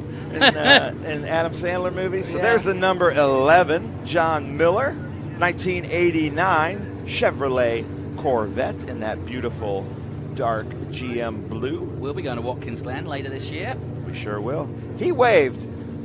We should do statistics. We could maybe have a little betting. Thumbs up or a wave? Let's see if Tom Benjamin's here in that beautiful Alfa Romeo will give us a thumbs up or a wave. Let's see. What do we get? We get, or nothing. That could be another option. Let's see what we get. We never know. Tom Benjamin. Oh, there's a thumbs up. I think Tony asked for the thumbs up, though. Oh, yeah, there we go. Yeah, we saw you, Tony. So if this is your first time in vintage racing, we like to have fun all around, not just in the cars, out of the cars, the parties, even the commentators. Another thumbs up. Vince Vaccaro, thumbs up, seems to be winning here at this grid. Yeah, we got 2 GTV Alpha, actually 4 GTVs. 2 GTV6s and 2 regular GTVs from 69 and 72. So there is John Bibbo, 76. And then I've got a good story about this man to your right. Skip Bryant races BMWs with us. He lives in the Villages here, just about 2 hours away. The Villages in Florida, about 300,000 people in the community. After he leaves the race, he asks for pictures because it's one of the most highly circulated newspapers. So he wants to post pictures in the Villages newspaper about his vintage racing efforts. Good for him. And it's one of the most well-read newspapers in the country, so why not send him pictures? Circulation, just promoting vintage racing. Dave Nicholas there, our 2020 SVRA Driver of the Year. Rob Mokas was also a Driver of the Year, followed by Scott Birkland, an SVRA Driver of the Year. So just in these first groups, we've got 4 SVRA Drivers of the Year of years past. I believe Birkland was the 2019 SVRA Driver of the Year. All right, we didn't get a thumbs up or away from Scott. He's got his game face on. Quite right. Scott Birkland, here's one of those beautiful Alfa Romeo GTVs. This is a V6 of Gregory Safarian. There's a thumbs up, see? I like that. Got the Alfa logo on the... The clover leaves with the Alphas. He had it on his shoulder. Do you remember what that was about? I bet you our comments section on YouTube. Comment section. Why are the Italian Alfa Romeos celebrating the Irish clover leaf? Let's hear it from the comment section. I bet you we have some experts out there. I remember we looked it up one time, but I've forgotten. It went on the first, one of the first ever Alfa Romeos to race, and it did well, so it stayed, and it remains to this day on the Formula One car. So back in like the Nuvolari days. Yes, back in the day. I think it was a sports car that was that it first went on, not a Formula car. So glad to have him back. He's not on my scoring right now. That's a clever way of putting the Porsche logo in there. The 77 there. I'm looking at the scoring. And Russell Poole, yeah. His name blanked me, but that's a Russell Poole, long time with us. There's Todd Wetzel. See, Tony's even helping me out. He's like, hey, if you guys can't find the name, I can. Now here, this is the Morrows, Glenn Chase and Logan Maurer.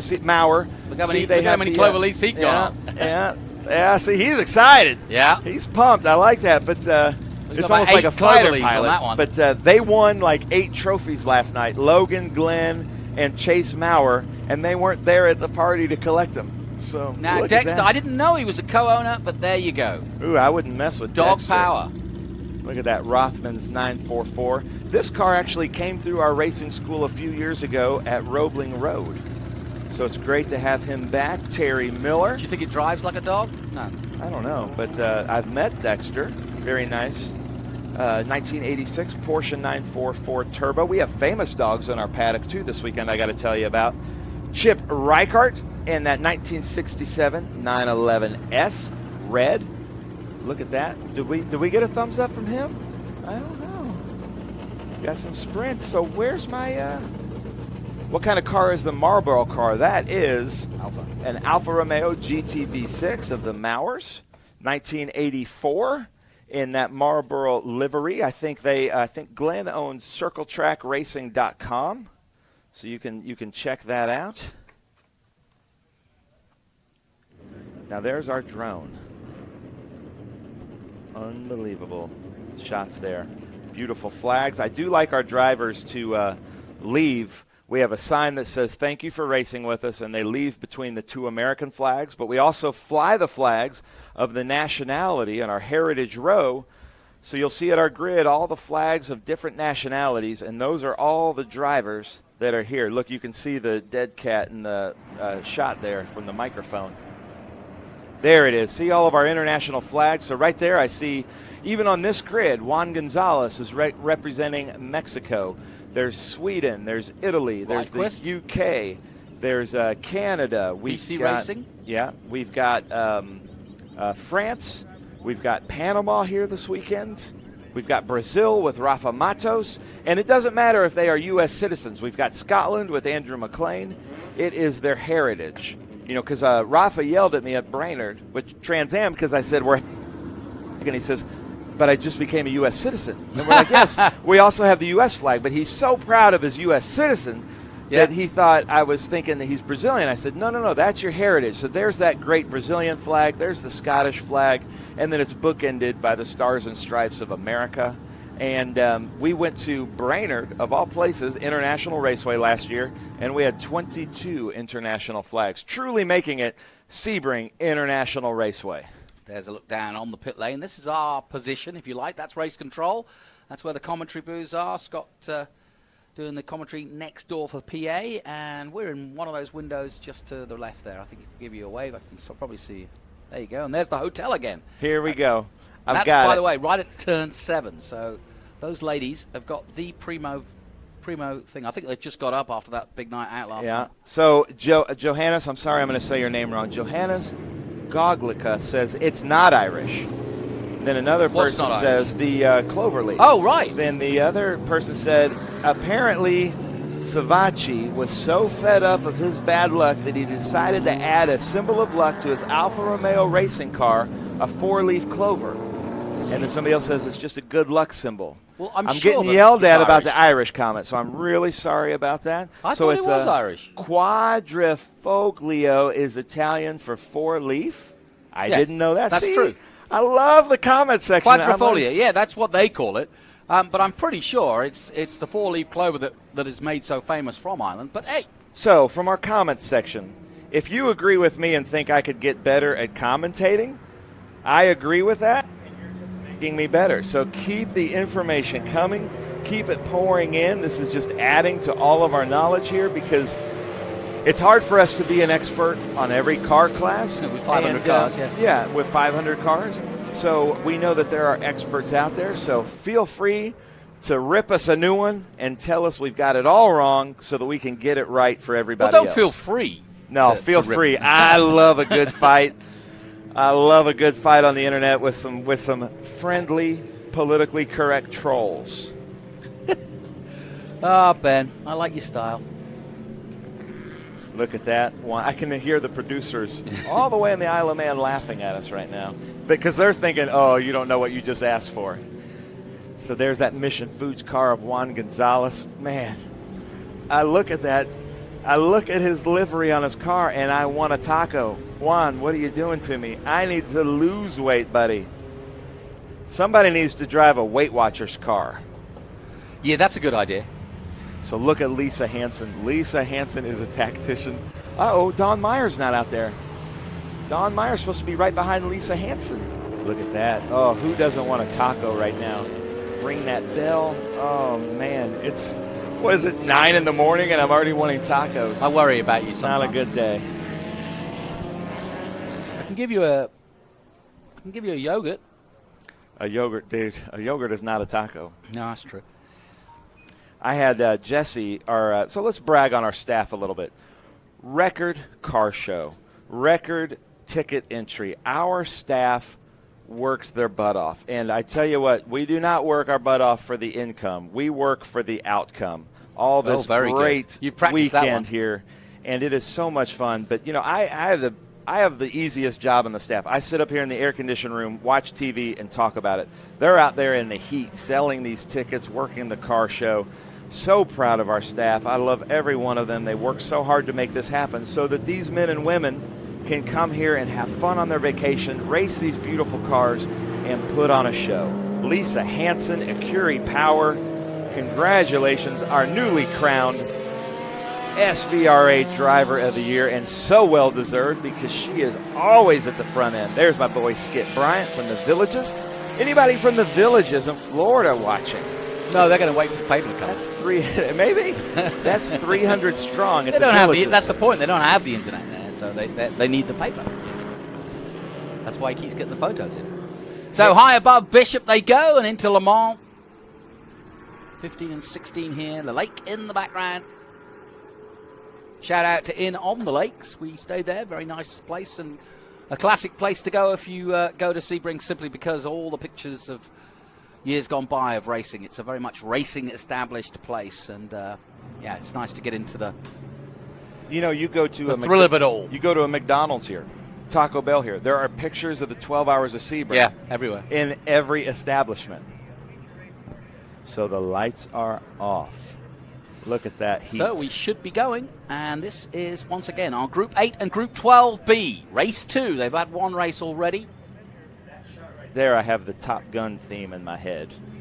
And when you see those planes landing just behind sometimes down the Almond Strait, it's pretty exciting. Well, I've lost my mind, guys, and it's early in the morning. The tacos will do it. It's usually about 4 that you go. It is. Man, somebody bring me my Adderall. There's Dave Nicholas, our Driver of the Year for 2020 in that B sedan. He is a 6-time SVRA national champion. That's the Lewis Hamilton of vintage racing right there. There you go. That's an accolade for you. Here we go then. Green flag waves here at Sebring as they dive towards that first corner, spreading out nicely. And everybody jostling for position, but right in the center is our big sponsor and the man who makes it all happen, Mr. Gonzalez, as he dives into the first corner. A host of BMWs, beautifully prepared. Lots, about 4 or 5. Alfa Romeos, the odd Porsche. A couple of 9114 Porsches. And everybody at the moment looks as though they're scuttling through nicely through turn 3 and 4. Got to be careful not to get too wide on the exit of 5 there. And then under the bridge for Big Bren for the first time down towards the hairpin turn 7. And an overtake coming here, the BMW under power. As it should. That 914 should be able to outbrake that BMW E36, but then that BMW should be able to get the power. But I got to give it up for Juan Gonzalez because I know that Leo and his team prepare a real. He bypassed the IGT race so that he could race the new to him 914 that I believe was built by Brady at the 901 shop. So that is a 9146, meaning it's a 914 body with a 911 engine, giving it a little bit more power. And Juan Gonzalez, I think he's an IMSA champion, raced in Trans Am, a long-running history. But also, if you know anything about Juan Gonzalez and Mission Foods, huge supporter of motorsports. If you are a fan of motorsports and you're not eating Mission chips and Mission flour tortillas, salsa queso, then you're not a true fan because he's sponsoring 2 Indy cars. He's sponsoring IndyCar races, SpeedTour events, Trans Am cars.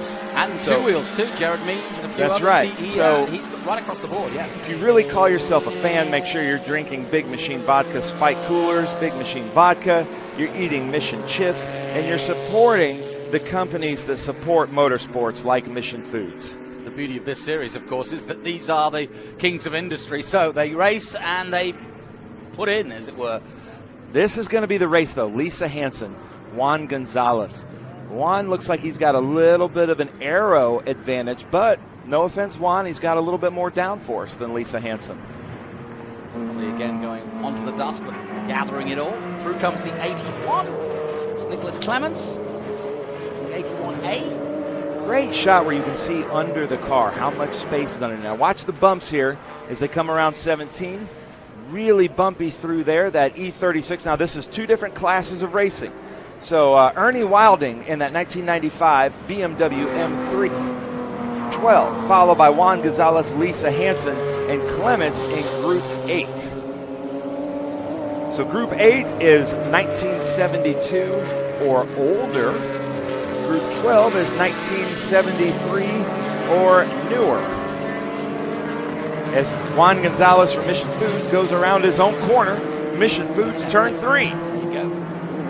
Up there. There's Dawn Myers. Glad to have her back.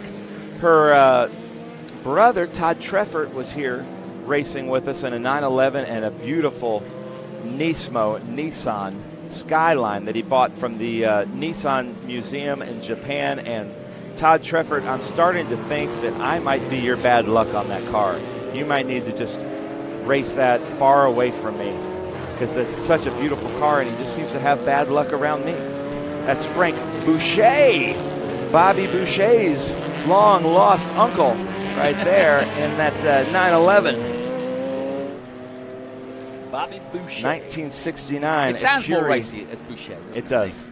It does. Anytime you can get a little bit more of a European flair to your name, it does sound a little faster. Well, my race name's Juan Verde. Juan Verde. Jonathan Green. That's good. Juan Verde sounds faster. Doesn't it? Coming into Franklin Road, turn 7. You can see these cars when they hit the brakes. They drift to the left and the right. That's just vintage cars under braking as we look at that. Vince Vaccaro, what a beautiful car with that GoPro on the top. Vince, I'm going to want that footage. That might be Jared Kahlo's doing right there. The new SVRA video person. Great shot up there. So yeah. Tom Benjamin and Vince Vaccaro, very equally yoked cars. This should be a good race. And for those who aspire to do this kind of racing or are interested, you often post on the SVRA site and on YouTube onboards just for the sake of it. Like, hey, have a look at this. So it really does give a really good insight just to sit there and watch the onboards. Yeah, Ashley Ongst does such a great job with our social media. We call her Smashly. And so she posts a video just about every day. Super busy, doing great work, working with our sponsors. So probably by Monday or Tuesday, we're going to have some Mission Foods branded videos of these two Alphas racing right here. Tom Benjamin's really fast Alfa Romeo driver, Vince Vaccaro.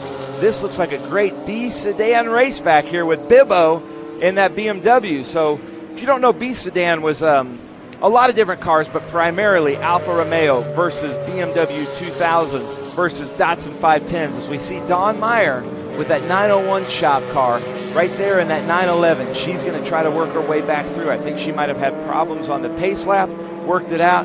Here she comes. These Alphas going to have to sort themselves out as they come into 3. Look at that. This is what's so great about vintage racing. If you're just tuning in for the first time, trying to figure this out, this is not parade laps. This is wheel-to-wheel racing. We do not allow metal-to-metal contact, but it happens, obviously. But we want these drivers to build the cars once. They never go obsoleted. This is wheel-to-wheel racing, and sometimes the mid-of-the-pack racing, like we're seeing right now, is the best racing on the track.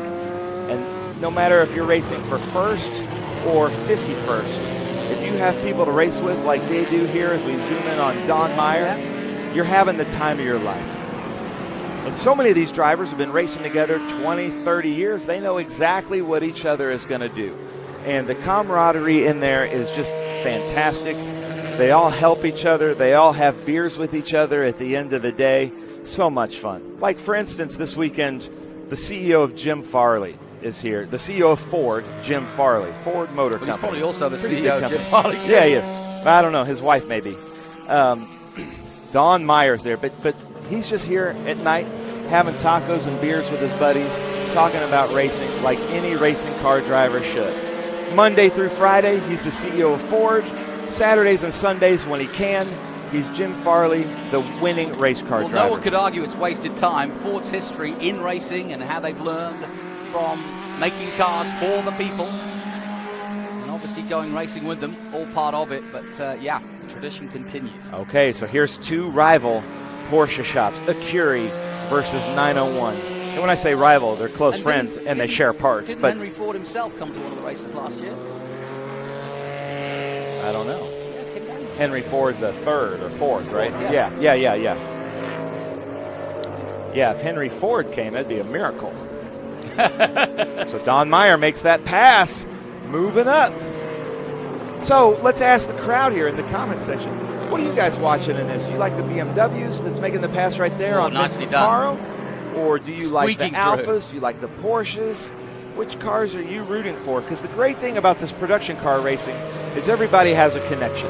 You know, Porsche, BMW, Alfa Romeo, they're still around.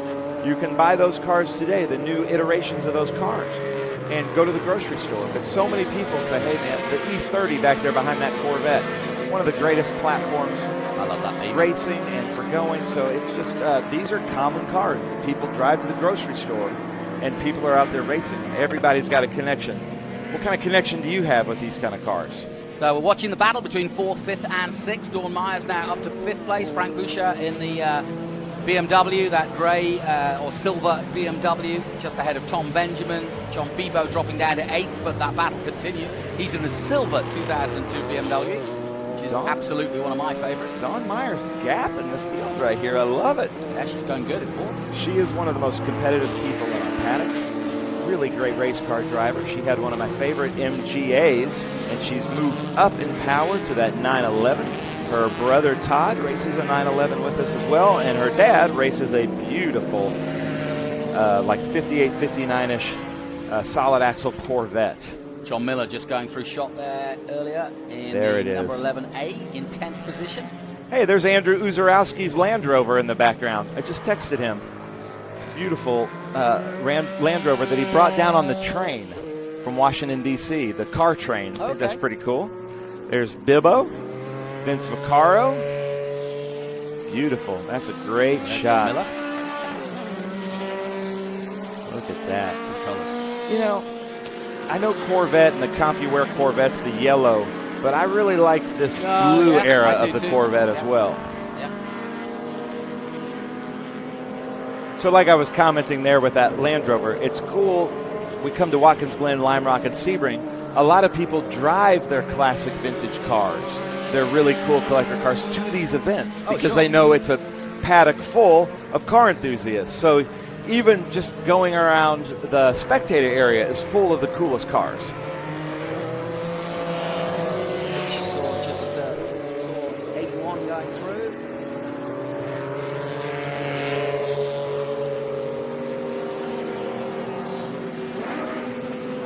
Been lucky with the weather. No rain this weekend, thankfully.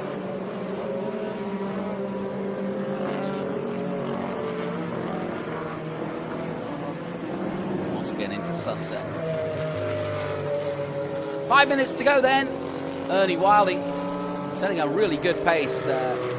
Best lap 2:27.2, which is no slow coach at all. That's set on lap 4. Picked up about a 12-second gap now over Juan Gonzalez, 9:14. Lisa Hansen having a great day in 3rd position. Nicholas Clements in 4th. So the boy from New York is commenting that he raced a 914 for the first time. What do you think? So I think the boy from New York should come racing with us. Yeah. He loved it. Who doesn't like racing? So How in hard is it to get the 2004, license? so the blue was a commemorative blue. in that year is what I'm hearing from Downforce 65, who's been giving me all kinds of great insight today. So keep it up, Downforce 65. I love this. I can pretend like I'm an expert. I should stop you're giving saying away their your names, knowledge. yeah. That's the thing. You're telling everybody where you're getting it. Maybe that's how Mike Joy does it. He's just got all these people telling him, because the amount of knowledge that Mike Joy has is I can amazing. tell you that's the truth. He's got statisticians. But he races with us. So yeah, he does. He's the real deal. Yeah, he's a racer as well. It's good to know. But look at this guy. He's in SVRA. Yeah, he's in the historic Trans Am class, yeah. He did I think he did the historic Trans Am at Laguna last year. Wilding, what a great name for a race car driver. Yeah, it's pretty good. Ernie Wilding with that beautiful BMW M3 1995, leading in Group 12 GT, Group 12B MP2. If any of you know what the MP2 stands for, leave a message for that. And there he is, Juan Gonzalez. Second place. And this from is the final lap Mexico. now. And there's Lisa Hansen, our new SVRA Driver of the Year, and that is the big award in SVRA. Everybody's competing to win races, to win championships, but it's an award that the SVRA staff have no say in who wins it. It's all decided by past SVRA Drivers of the Year. That's cool. Yeah. That's a So great that idea. is an award of their peers, the most coveted award probably in vintage racing in North America. And it shows that there's all this criteria that comes into it, and Lisa fits the mold just perfectly. I like the way they do that then. That's good. So final lap here, and you saw going through shot the top three and how they're spread out, but Ernie Wilding having a great day. There's second place, there's third. And that Porsche of Lisa Hansen. Very smooth. Yeah, fantastic driver. So at one of the events, I did a foot cam with her because she's got a white floorboard, the engine's in the rear, there's no transmission tunnel. Her footwork in the car is like a ballet or a dance. It is unbelievable, the amount of inputs that she's putting into that car, putting it right in the right place on the track. Really skilled driver. Now, her dad was a big driver and helps run a Curie Power, a Porsche group there out of Florida and Wisconsin. But just a phenomenal racing car driver. And I believe she does something in like IT or software in the Chicago area. She's actually helped me out with some things in the past. One of those drivers that I can call for some video on Dropbox and she can send it to me immediately. Yeah. Yeah, so she's out here in her spare time racing with us. Well, here comes your leader to the final corner now. Ernie Wilding in that beautiful BMW Motorsport 182 from the mid-90s. He's going to take the checkered flag as he goes through Sunset Bend. And sure enough, just out of the corner of my eye, I see the checkered flag, and then he does it too. Flashes the lights. And like I said, second place, Juan Gonzalez coming down the almost straight now. There's third place just behind. And a good outing, and a good clean race, no problems. Hey, No Juan, hold-ups. congratulations. That is a well-built new car. Brady, the 901 shop, built some great cars. Juan Gonzalez winning his class. Mission Foods, Group 8. Way to go, Juan. Butch Leitzinger, Leo, the whole team, Brady, the 901 shop. A lot of effort there. And you know Juan Gonzalez is going to be happy. Lisa Hansen, second place on the podium as always.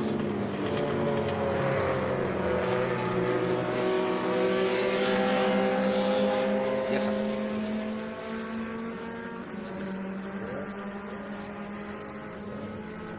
So, as they do their cool-down lap, let's take a look at some of the highlights of what we just saw, which is our Group 8 and 12B. Got away well. The BMW used its grunt to get ahead of the mission-sponsored 914, and once ahead at the hairpin, he never looked back and pulled a massive lead. Good battle for second and third, though, between Hansen in the Porsche in the number 110 and the 914 of Juan Gonzalez. But there was battles throughout.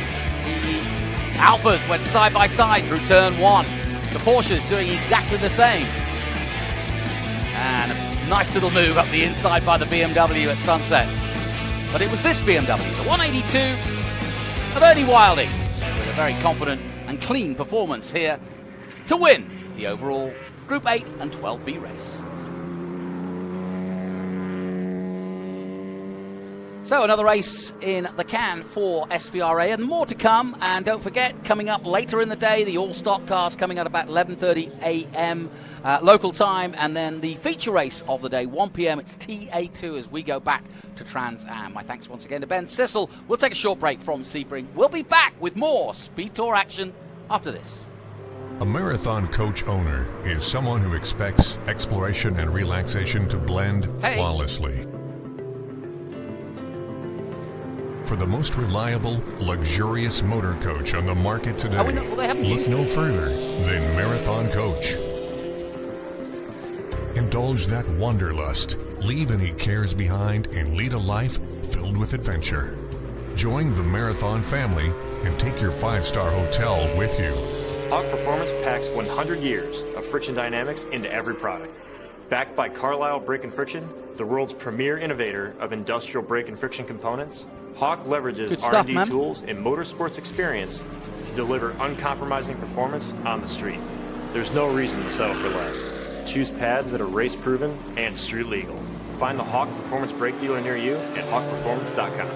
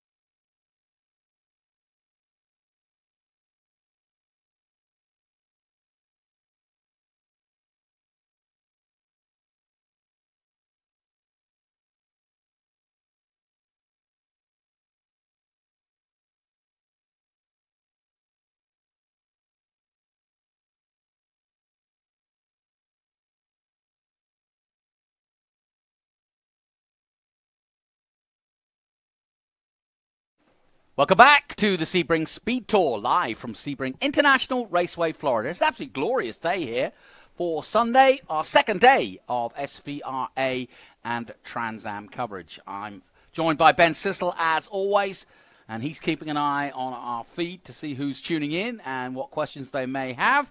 His jet there in the rear of that shot, getting ready and roaring up, ready to take him to the next venue. That's my other jet. Oh. My main jet's in the shop. My G5. Is it a big shop? Yeah, I had to use NetJets, which actually now I'm thinking about selling my Gulfstream because it's just so much more convenient. Well, to I've use heard there's a lot of NetJets. fighting, you know. Yeah. So I was talking to James Palacci with NetJets, and he's like, you should sell your Gulfstream, and I can get you the subscription to NetJets, and you never have to worry about it. You don't have to own it. 'Cause they always say, idea. like, the best day of your life is the day that you buy your plane, boat. and then the best day of your life is when you sell your it. plane. Yeah. And so now I think I'm going full on NetJets, so my Gulfstream is for sale now. Okay. Along with your Mini. Yeah.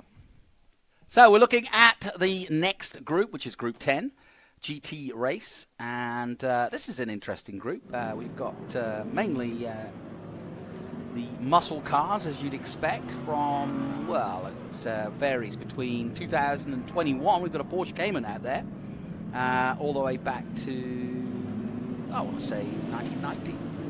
Yeah, 1990. Well, let's go through the list here. Dylan McIvern, who isn't in this race, racing his dad's car, so because he's in the TA2 car. But we've got Frank Chiappatini, Phil Lasco, Jeffrey Bernatovich, Charles Wicht, Ike Keeler, Kurt Leverton, AJ Hendrickson, John Cloud, Michael Kern, Michael Attaway, Alan Davison, Wally Owens, Ariel Offgang, Mark Sharon, and Jonathan DeGainer. So I have to give it up for John Cloud and Alan Davison. Alan Davis is in the Panos GTS. He's sponsoring Dylan Archer with FPEC, Food Processing Equipment Company, out of Springdale, Arkansas. John Cloud and Ultimate Headers sponsored Wally Dallenbach Jr. yesterday. So a lot of the vintage drivers are now starting to look at being team owners in the Trans Am series. Interesting. So, everybody has the dream to be Mario Andretti or Roger Penske. So why not be both? Why not be the Mario Andretti in vintage racing and then the Roger Penske in Trans Am as a team owner? Yeah, good point. So down the back straight they come, and as you can see, the Honda Civic, if you watch closely on the lights, they are gone. They were on the top of that Honda Civic beforehand, which gives us the indication that this time round we'll be racing. And my good friend Ron has just absolutely got the perfect shot of that Honda Civic to show us that the lights are out. And that means that those chasing him know now that they're going racing right after this as soon as we get through this last corner. Good field. Yeah, this is our Group 10 GT class. We also have a Group 10 all-stock car class. There is Scott Borchetta there in that Dan Gurney numbered TA2 car. And Boris said. Away they go then. Their feature race 2 for Group 10. Diving side by side, 2x2. Really good stuff. Phil Lasco going side by side. Then there's Jeffrey Bernatovich. Yeah, we've got some very good drivers in this, haven't we? Yeah. Look at how much earlier that Corvette had to get on its brakes than the Porsche. It's just handling versus horsepower in this race. Phil Lasco out in front of Frank Chiappatini, followed by Bernatovich.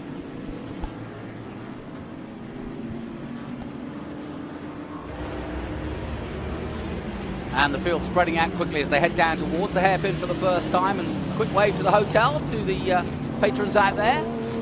Now watch what happens here with the Charles Wicht car in the Porsche. Now they're coming into the twisty bits. So now these two Porsches in 4th and 5th place have the advantage for the next mile or two. As they come into here in turn 10, Frank Chiappatini there closes the gap. But look at that gap that Charles Wicht was able to get there on Bernatovich coming through. Here, this is going to be a great how this Porsche handles. There's the number 88 of Kurt Leverton. And then there is Ike Keeler. This weekend, Darren Brassfield is here just hanging out. That was Darren Brassfield's Trans Am car that Ike Keeler is racing right there. So how cool is that? Very cool. I picked the favourite out. It's that Porsche in the Golf colours, the 2017 Cup car, GP Cup car. Like that, Kurt Leviton at the wheel. So that car following Darren Brassfield from that era, Boris Said. Boris Said is here racing, still with us in Trans Am. Oh, I get it. That so was Boris his winning out car. there. He's here, but he's not out there in his old car. So that Monster Energy that's right. Trans Yes, I Am remember car, him that here. was a Boris Said winning Trans Am car. He's here this week. Didn't he debut that at VIR? Yep, he did, yeah. Look at this. Frank Lasco in that TA2 car. Frank Ciappatini in what looks like a GT1 car. Side by side around treacherous Big Machine Vodka Spike Cooler 17 coming down the front straight. Lasco on the left of your picture. Ciappatini has on the power right advantage. Gets the power down Look at and that. into the lead at turn one. Nicely done. Classic move. That's inches, ladies and gentlemen. Yeah, it really is. And taking that inside line is good because you can defend nicely into 3 here, the Mission Food corner as we're calling it. And then hold that line because there really isn't an overtaking line until the hairpin, and he's close enough, Lasco at the moment, just to go for a bop round Big Ben and then into the hairpin. Let's have a look. From the drone, you see if he's covering, if he's closing in or not, and you don't think he's close enough. Now, it looks closer than it is from this angle, but of course you see it from above and you realise he can't really make the move. So he'll follow him through for this time, almost getting out of sync there and getting sideways, but putting the power down as they both head up. Fangio straight towards the back of the circuit here, down towards turn 8, 9, and 10. Yeah, so I've heard from a lot of our drivers, they love the Panos. They love that Boris Said is there. Who said? Boris Said. Said heads unite. But there isn't, not all of these cars are tube frame. Those Porsches. So these GT cars like here, the GT1, that's a tube frame race car. But the Porsches that you see out there, I'm not sure about the Panos, but I'm sure Bobby Archer could tell me if that's a tube frame or more of a like a unibody chassis car. I'm not sure the race prep on that. But yeah, this is GT cars from Group 10 out here with us. And it's a good mix of cars, and then usually stock cars are with us, but because we have so many stock cars and so many stock car legends for our stock car championship, they have their own group with us. And as we look at Jeffrey Bernatovich, yeah, front row Joe's out here with us, Mike Skinner's out here with us, and I've heard that there's some Trans Am drivers that might jump in these cars. So there's the Ron Fellows car, I believe, there being driven by John DeGainer, the Boris Said car. There's Scott Borchetta, Darren Brassfield. So lots of Trans Am cars in this field. I believe that was a Rocket Sports Oldsmobile, but I could be wrong as we look at Charles Wicks. That is not a tube frame car. That's a GT3 car from Porsche factory. It's 48. So who's in Dylan McVern's 48A then? I don't think anybody is. Yeah. So Borchetta in a much more modern 2020 TA2. Sneaky, really, when he's going to do the TA2 race itself in a 2021 or 2022 car later today. I don't know if I'd call it sneaky. I'd call it smart strategy. Yeah. That's Rocky and Dylan giving him some good strategy. But look at that. Man, I love it. This is the era of Trans Am that I grew up in. Tommy Kendall, Ron Fellows, Dorsey Schrader. That was a great era of Trans Am. So it is such an honor now to work with the Trans Am series presented by Pirelli. And see people like Dorsey Schrader and a few others. Wally Dollar. And get to hang out with them. I feel like Boris Said almost punched me in the face, and to me that'd almost be a badge of honor. Yeah, absolutely. I wonder how long it's going to be before we get Junior into Trans Am. Yeah, Boris Said the fourth, you mean? Exactly. Yeah, I don't think it's going to be too long. Boris still loves this racing. He has a very successful BMW dealership in Southern California. So if you're in the market for BMW, make sure you check out Boris Said's shop. But he loves this so much, like Jim Farley with Ford, he comes out here and races with us for the love of racing. And that's what you want in your race car driver. Absolutely. Scott Borchetta then honing in on that Porsche ahead of him. And that's a battle for 8th position or 7th position. He's chasing down Kurt Leviton. So you see that guitar pick there on the side of Scott Borchetta's yellow car. That is the logo of the Big Machine Music City Grand Prix, one of the greatest motorsports events of 2021 in downtown Nashville, my hometown. I agree. He was the principal sponsor of that event, and that's what I was talking about in the earlier group. If you really are truly a lover of motorsports, make sure you support the companies that support motorsports, like Monster Energy right there, big supporter of motorsports. Why not drink Monster Energy drinks? Why not drink Big Machine vodka spike coolers, use Big Machine hand sanitizer, drink their vodka? It all makes sense because that's more building that can go into any form of motorsports. See, Abel Fox says, I'm having tacos tonight for sure. So it's working. He's egging you on. Sponsorships are working. I'm having tacos for lunch, breakfast, and dinner. Yeah. We've got everybody going now. And so I see somebody else is saying I'm having chips this weekend. There are now Mission Foods race car shaped chips. So that's got to get the race car and motorcycle shaped chips. There's that logo you were talking about. Yep. The Nashville logo. And it's just fitting that Scott Borchetta's logo would be a guitar pick. Nashville is Music City, and very proud of that fact. I love being from Music City. And I want to say, I think most of the bands we heard at Nashville were artists that are under the Big Machine label, right? Yeah, or at least affiliated in some way. Yep. And in the umbrella of Big Machine. Because Big Machine touches so many forms of music, publishing, and art in Nashville. So it's really fun to see the reach of Big Machine and Scott Borchetta. Fastest man out there at the moment, Jonathan DeGainer in that Ford Mustang. Yeah, it's odd for him to start at the back of the pack, Jonathan, you're right. So I expect him to be at the front end here. One of our really skilled drivers. We saw him earlier in his dad's Devon. So I expect Frank Cipottini to be passed here pretty soon by John DeGainer. And Ron Fellows, I know he's a big fan of this vintage racing. He raced here with us a couple years ago with Dave Roberts and Hawk Performance. He's probably watching. And I tell you what, there's nothing these drivers like more than are still out there, still being celebrated, and especially winning. Borchetta has got ahead of Leverton in that last lap as he comes out of the last corner and onto the main straight again. Just got a comment again from Abel Fox. Ron Fellows and David Hobbs are the nicest two guys. I haven't ever met David Hobbs, but I have to agree. Ron Fellows is the nicest person I've ever met. Just such a sweetheart. He's got a great track going up there. He's got his schools over here in America. He's got his race school and track up there in Canada. Still fully involved in racing and still a very talented race car driver. Yep, if ever you're in need of a story, David Hobbs has got one. Oh, I bet. Yeah. Yeah, I miss him in Formula One, to be honest. Yeah. I thought he was great. Yep. Well, he's still going strong. Scott Borchetta moving up to 7th. A bit more cloud cover than we had yesterday. Clouds are moving in, but I don't see anything that untoward. Mainly cumuli by sort of puffy clouds, but nothing too... You know, in Florida when it's coming, it just goes dark gray, doesn't it? Yeah. The temperature changes, and we had a deluge here that happened to one of our Enduros that we got about 6 inches of standing water everywhere in about 5 minutes. Where was that? Here at Sebring. Wow. It broke 2 of my cameras. Who is this? This is a new car. Haven't seen this yet. Michael Attaway. Attaway, Michael. Attaboy.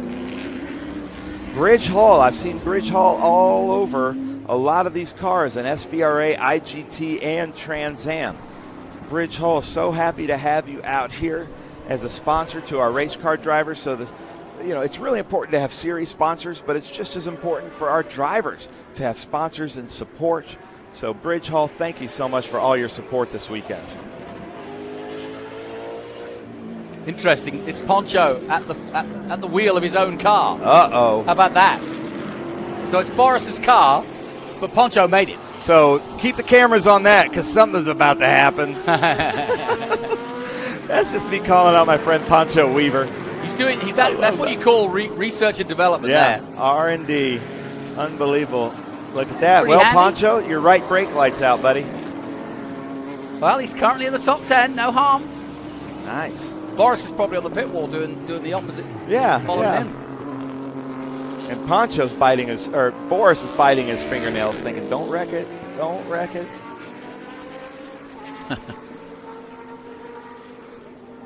The reason we're laughing is Poncho, of course, Poncho Weaver, prepares Boris Said's TA car for the actual Trans Am Series. He doesn't do every round, does Boris. As you just explained, he's got a full-time job. Wally Dallenbach got second place yesterday in the TA race in a 25-year-old car that was a Weaver car. Yep. Poncho Weaver, longtime Trans Am and NASCAR chassis builder. So lots of his cars still in vintage racing as Frank Cipottini is being chased down with 3 minutes and 45 seconds left in this race. John DeGainer right behind him. Two very equally yoked cars, Chevy versus Ford.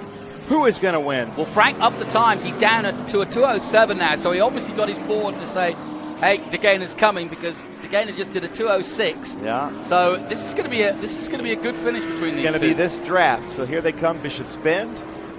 Down the end here. Let's see if DeGainer can get behind him and get this draft. DeGainer running with R&M this weekend. Great group. Bennett's just run a top-notch racing facility. Looks like something's out of his door there. Looks like he might have a drag. Something was sticking out of his right-hand side. No, I think I just saw the winglet on his spoiler. Last lap, there's the LL, so sorry about that. I saw something I didn't see. Last lap is out, so can DeGainer do it? Well, you've got to say the odds are on, aren't they, down the Ulman Straight, if not before. When I was a kid, I had a 1989 Ford Mustang GT, which was a horrible decision by my parents. So I am a Ford man for life. I'm going for John DeGainer. All right. I'm going to see if Frank can hold on. You can see it from above. You can see the gap. It's about 2 car lengths at the moment. He may get close enough at the hairpin, but I doubt it. May be able to get him into 10 or Tower, but he'll definitely have a run at him at Ulman. Now you see how he closes the gap at the hairpin. Oh, he's waiting. John DeGainer's a very good calculating race car driver. That Camaro pulled him, though, through there. There's Mark Sharon. His son is also racing here with us this weekend. Beautiful car. That's another Poncho Weaver car. Weaver Concepts. Yeah, we had Kerry Hitt up here yesterday. Very interesting learning about how they do the design and bodywork and composites and so on for the cars. We're talking about Poncho and talking about what Kerry Hitt does for Trans Am. Yeah, Kerry Hitt has just developed I wouldn't even call it a fire retardant fiberglass. It actually puts, I forget the word he used, but it actually puts the fires out. And I saw it last year in Trans Am. Wow. Tommy Treacy was using it. Caught on fire several times, and immediately it would go out. Wow, it self-extinguishing fiberglass. That's pretty Advanced Composites out of Pennsylvania. It's a great thing for motorsports. Here we go, the run down the Ulman Straight. If he's going to do it, he's going to do it now. John DeGainer, can he gain on him? But I think Frank's got it. Frank's going to lead him into the final quarter and take this race. So that's a great last lap by Frank. Frank Cipottini up the pace there in the closing laps to hold on, and he'll see the checkered flag, and does take the checkered flag ahead of Jonathan DeGainer. Good race. Into third place comes Mark Sharon in that beautifully looking Monster Energy Trans Am car. Third place for the Dodge Challenger then. The Weaver car taking third, with the man himself, Poncho Weaver, in the top 10. Good stuff.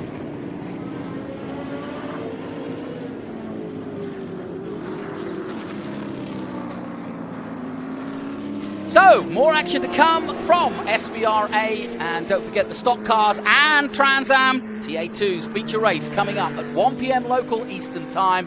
We'll take a short break. We'll be right back with more action. Stay with us.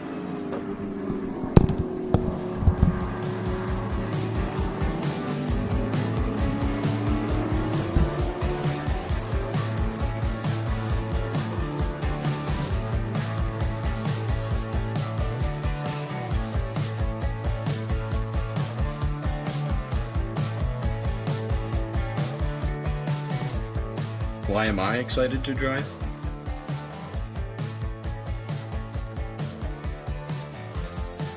It won't be a burden on my family to drive me to my extracurriculars, including swimming, show choir, voice lessons, youth group, and leadership programs. Places I need to be, like sports, so my parents don't have to drive me, and so I can have a social life. I'm excited to drive so I can go from 2 horsepower to 100. I could say because of freedom, but I'm more excited for what I will be driving. A 1972 Datsun 240Z. I'm excited to drive because I'm going to save the manual, like this one. Hey man, you can't drive that thing yet. You don't have a license. I'm excited to drive because it'll be a monumental step to a life of independence. And who knows, maybe my dad will let me drive his skirt. Beats walking.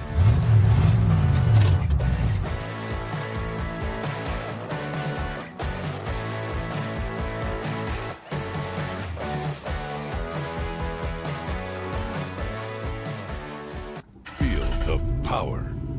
Experience the excitement. You're in the driver's seat. At Skip Barber, you learn from the best. Whether you are a new driver that wants to learn accident avoidance or a seasoned racer looking to improve, we have a program for you. We're your #1 destination for auto racing and driving schools. Skip Barber. Feel the power.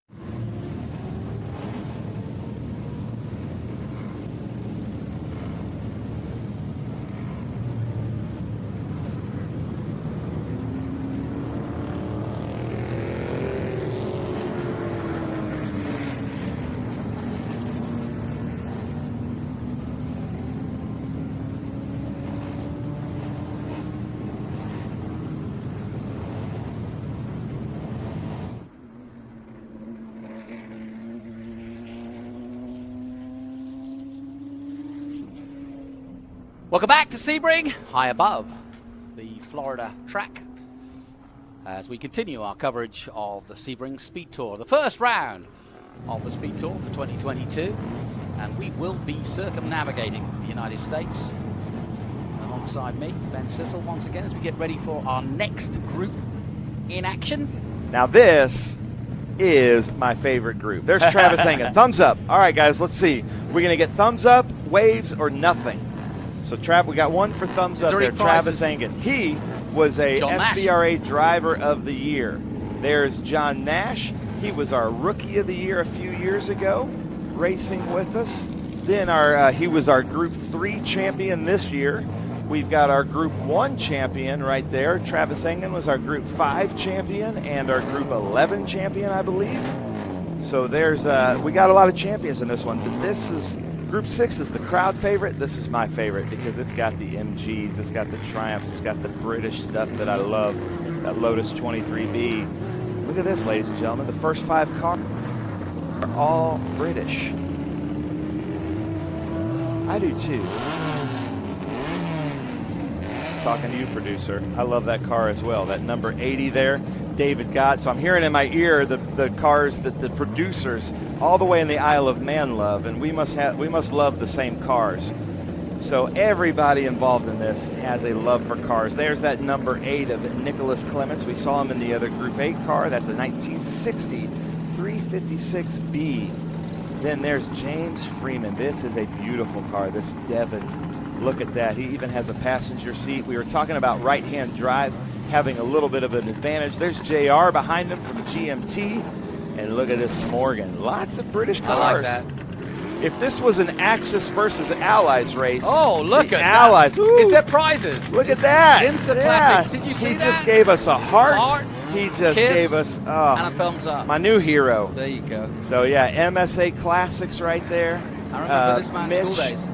Triumph, so he's winning right now. Let's see, who was that? There you go. Mark, There's that you were talking about Mark the Morgan Pomeroy. without yeah. the wood. So see the ash wood right there? Yeah. That's Mark Pomeroy, my new favorite driver. He gave us that Justin Bieber heart-shaped hands. That's a new one. Didn't expect that. Yes, thoroughly modern. Well, they're on track, and this are 1, 3, 4, and 5B.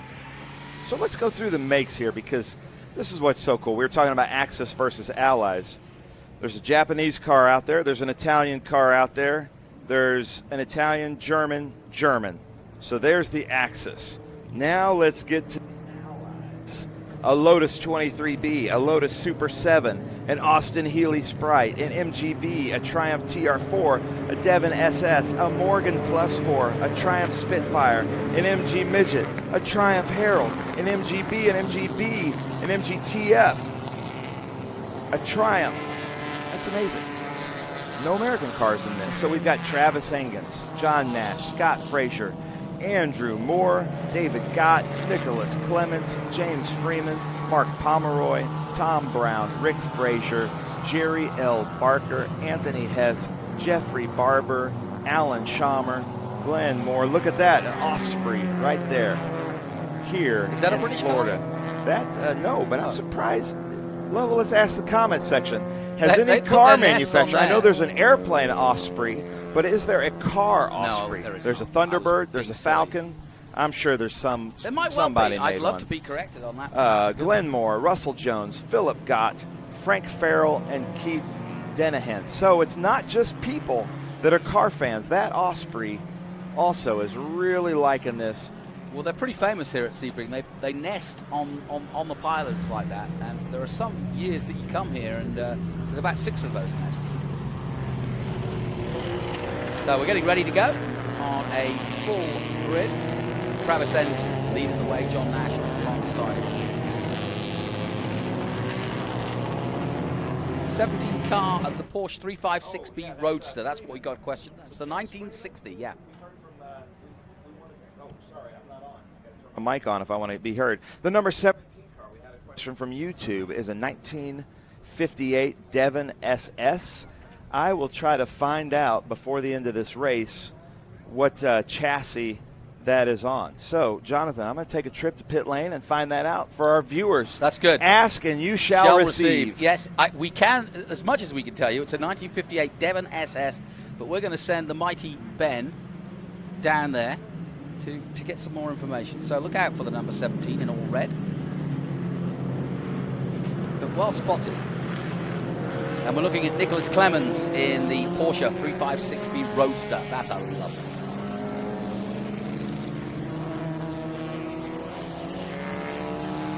This really is a European fest. Yes, we've got the odd master out there, but it's mainly British and Italian. Got that Fiat Abarth in white from Russell Jones, 773. We'll look out for that.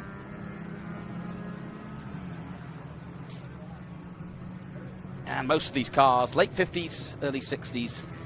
The old 70s car, a couple of MGs from the 70s. We've got a 72 MG Midget and a 73 MGB.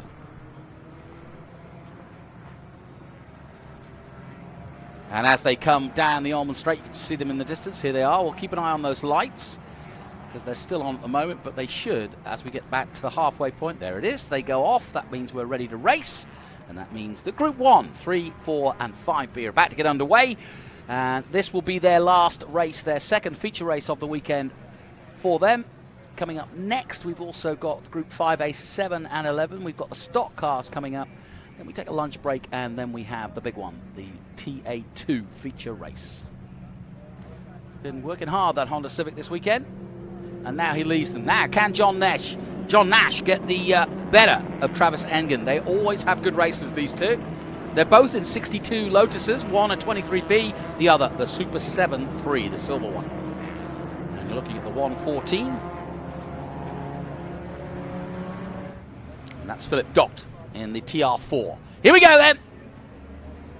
Our next group race starts off in anger, and away they go. And a good start, in fact, from Travis in the 23B. He's got the run. Good start also by the 17 of James Freeman in that Devon that Ben's gone to find out about. So he's going to feature. There's that lovely white Morgan. Ah, beautiful. And that's the MGTF Roadster in the white and maroon at the back there. Very nice indeed. Saw a lot of that yesterday, and he looks as though he's really enjoying himself. Swooping through 3, 4, and 5, and under the bridge down towards 7 again for the first time. And look at the lead that Travis Engen's pulled already. And now looking for a way past the number 8, Nicholas Clemens, in that 356 Porsche. Ben's back. What do you got, Ben? Got some great information. There it is, the number 17, that red car of James Freeman. It's a small block Chevy, V8, 3 two-barrel carburetors, and that is one of 14 Devon factory SS's. Oh, wow. Small block Chevy, 3 two-barrel carburetors, and one of 14, and here he is out racing. There he is, Travis Engen. Flying at the moment. Another SVRA Driver of the Year. He's pulling away already dramatically over John Nash. He got a great run from the start. Going to have a good battle for second and third, I think. Yeah, Travis Engen with the skill that he has, that's another GMT prepared car. That's who I went to talk to get the information about that Devon SS. I went down and talked to JR, the man that builds the cars for him, GMT out of Connecticut. So if you have a specialty car, JR at GMT can definitely help you out with that. And then they also help out with track management. So we crowned a lot of champions last night, and JR is the shop over a few of them. Quite a few of them. Well, you can see the gap. There is John Nash in second place. We've got a good battle starting to evolve. Where's Frazier? Where's Kermit the Frog Eye Sprite? He disappeared, didn't he? He did. There's John Nash. Look at that. You can see his hands moving. You can see, he could reach out if he wasn't wearing arm restraints. He should be wearing arm restraints and touch the ground in that Lotus. True. Nicholas Clemens coming around in third. Now we've got a good battle for fourth place, held off by James Freeman in the 17. But he's got an MGP behind him. There's your bug eye. Yep. Still there. Yeah. That's our Group 1 champion. But Freeman making the pass on that 350. Woo! 356. That really good driving there from that Nicholas Clemens, seeing that, avoiding that accident. So, a lot of times we only talk about the incidents. I'd like to brag on our drivers that do what they can to avoid accidents. Well, that was a good I'm going to give that to Nicholas Clemens and James Freeman. Way to go. Way to be aware, see each other. We love when they race hard, and we love it when they avoid incidents.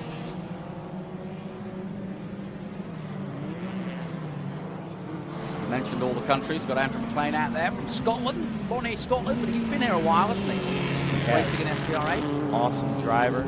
He actually had his son come through our racing school at Roland Road a few years ago. But, man, anytime you're driving a race car with wire wheels, the look of that is just so cool.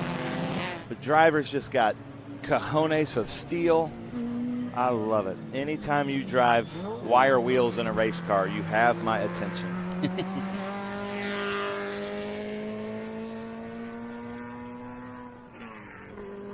So I hear from Manuel J. Gomez, MJG from Miami. Excellent, excellent. Beautiful cars from different categories and years. I wish I can be there. Go, go, go. Well, Manuel, we're back next year. Nice same overtake. time, same channel, Sebring SpeedTour with that MGB. Nicely done by Andrew Moore. Good overtake.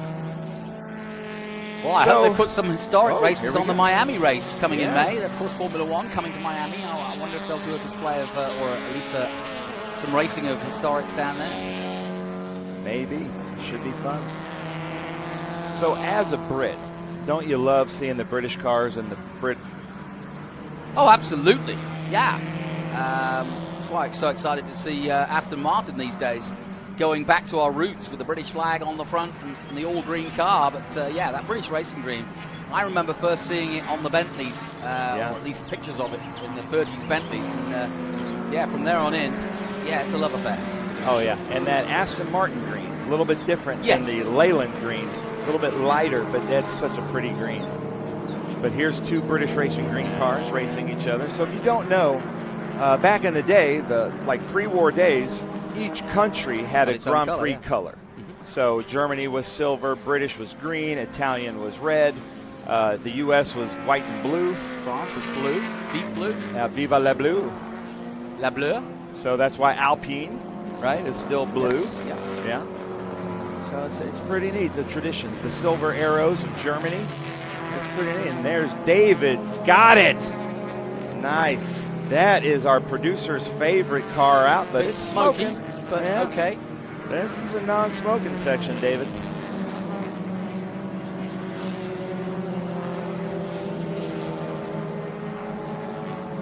So, ladies and gentlemen watching this, what are your favorites? I'm here in the 356. Bathtub is oversteering from downforce 65. Good eye. Father-son triumphs on track right now with Phil Gott and Dave Gott. Good stuff. They're from Joanna Ellis. See, we've got some fans on here. I like that TR4. Come on, Andrew. That Triumph TR4's for me. Yeah, that's neat. That is with the big flares. I had a 63 TR4. I don't know. I really like Kermit the Frog.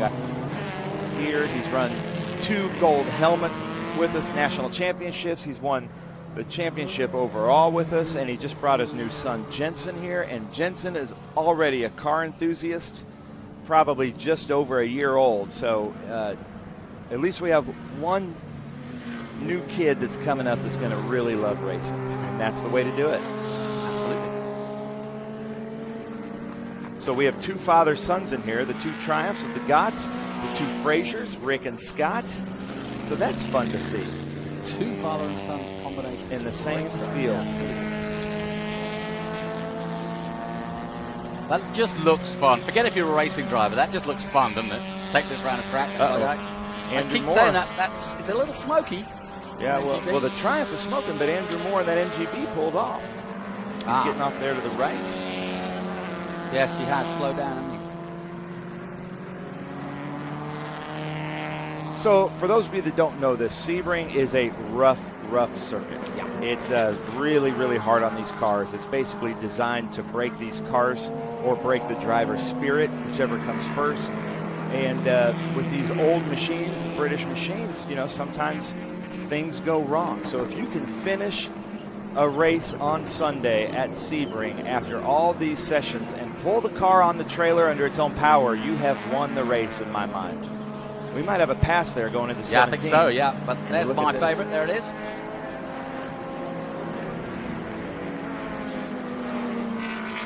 So I've got 2 favorites. Got the Morgan without the tire on the back and the TR4. There you go.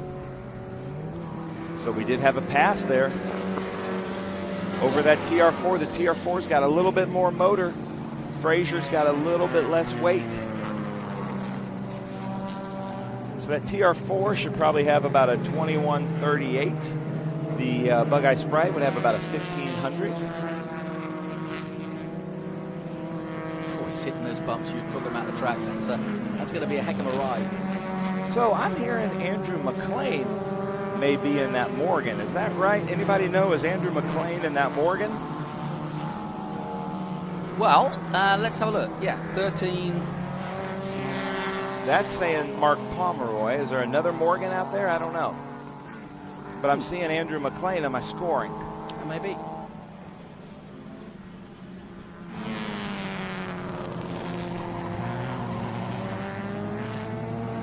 Here's some brakes. I know. To Franklin Road, turn 7. The same thing, yeah. There's that Spitfire, named after the famous British, talking about Axis and Allies, the British fighter plane. Yep. We had the Mustangs. You guys had the Spitfires. If you ever get close to a Spitfire, it's or ever see one in its glory, it's absolutely fantastic. Great airplanes.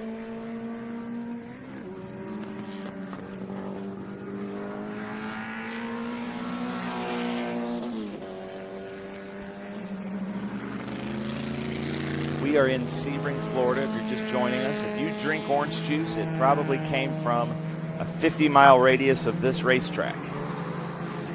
We are in Citrus. There he is. There's Andrew McLean. Yeah, got the car back. Oh, my goodness. I can't believe it. I guess now, ladies and gentlemen, just 2 days ago, that car rolled at turn 17. He just got a little bit sideways, counterlocked the wheels gripped, and it made him roll. Single car incident. They were able to hammer it out, and there he is out there racing. So it's immaculate. Andrew McLean. Wow, that's amazing. That is, so he texted me a picture. I wish I could insert it here.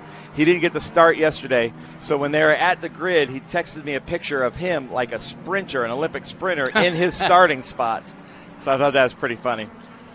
And that's the beauty of this. So Andrew McLean, Scott and Rick Frazier, Todd Cruz comes out sometimes. They have all prepared their cars exactly the same through MSA Classics and Mitch.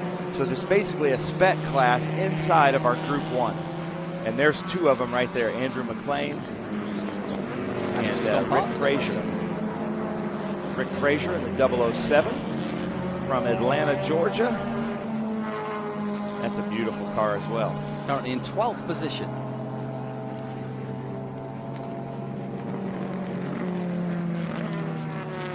Look at the smile on that blue car, just so happy to be back. And the Triumph Herald. I like that too, though. I said that yesterday. Jerry Baker, Parker at the wheel. It's got those saber-tooth bumpers up there on the front. Yeah. So there's two just square bricks racing against each other. That Alpha and that Triumph Herald just having a blast. The aero package on that is nil.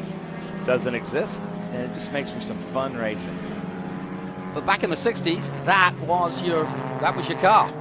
Yeah, that Alpha up front was the Italian police cars back in the day. Was it really? Yeah, if you watch the Italian Job, those minis in the original Italian Job are being chased by those Alpha police cars. Yeah, makes sense. Now they use Lamborghinis. Yeah, that's scary. They've got wise. Travis Engen a long way in the front at the moment on John Nash, but that won't matter. The two Lotuses leading the way from the Austin Healey. Nicholas Clements third at the moment in the Porsche 356 Roadster. So I'm hearing comments from Wayne Hill that said he was a corner worker when these cars were in their heyday. New. So that's awesome to see, Wayne. Thank you.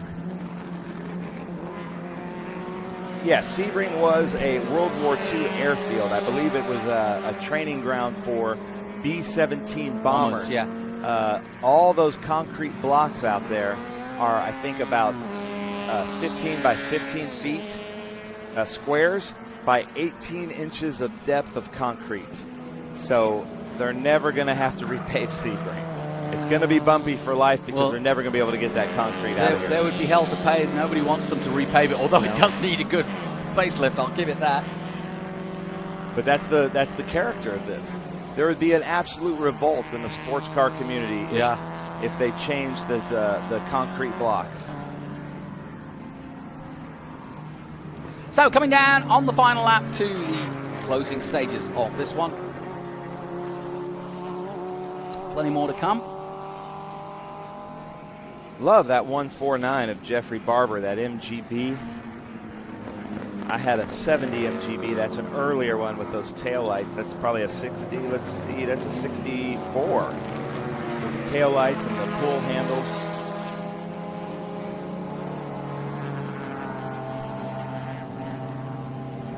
And there is our leader, and he's way ahead in that Lotus 23B.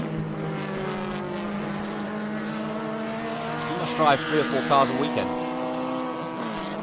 Yeah, he does. He not here because we don't have a Group 2 and a Group 9. But usually he's in an Indy Lights Group 9. He's in a Formula B Group 2 Chevron. A Lola Indy Lights. This Lotus 23B. And then that beautiful Audi R8 Le Mans winning car. Yeah. That was in action earlier this weekend.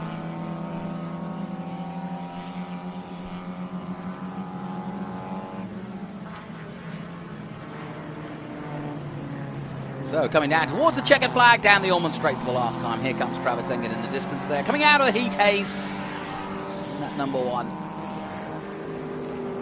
I don't see how they have the ability to fit an engine in there. Like, engines are usually taller than the body allows. Yeah, I know. But it all fits in there. And, oh, almost missed the checkered flag, but he got it out. There he is. Well done, Travis. John Nash taking second place, or will be in a moment. Travis Engen may have the record for the most SVRA red hats. I saw him coming out of the Audi the other day. I didn't realize how tall he was. Yeah, tall. Great shape to be able to drive these race cars. Big swimmer, Travis Engen. Okay. So that concludes our latest Group 1, 2, 3, 4, and 5B. Lots of different cars involved, but coming up next, we'll have our Group 5A, 7, and 11. We'll take a short break from Sebring. We'll be right back. Join us in a moment. So I'm right.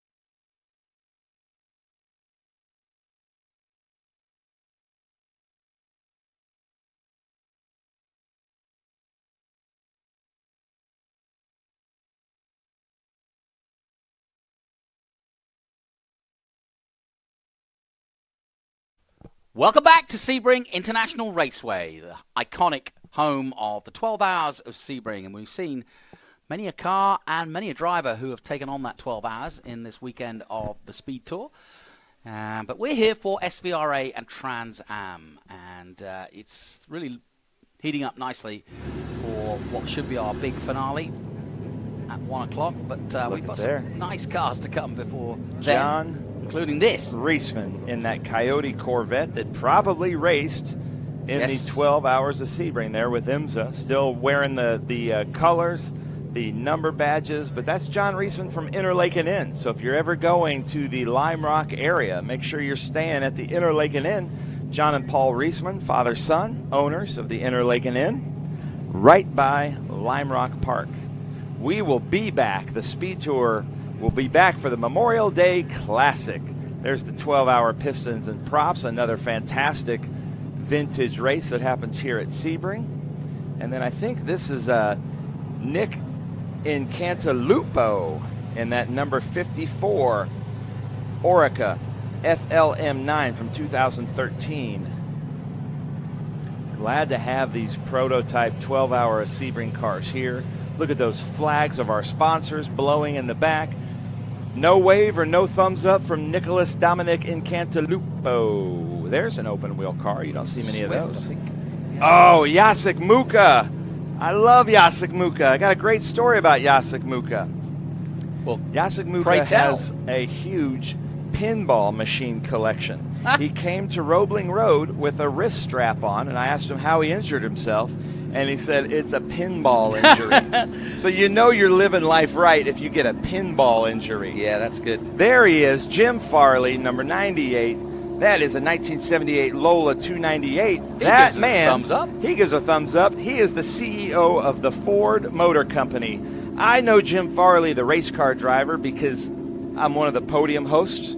So he's always on the podium with us over the weekend. How about this? And he's winning there. There goes Travis Engen, right out of the Lotus 23. Literally straight out of the 23 and into this. How about a juxtaposition?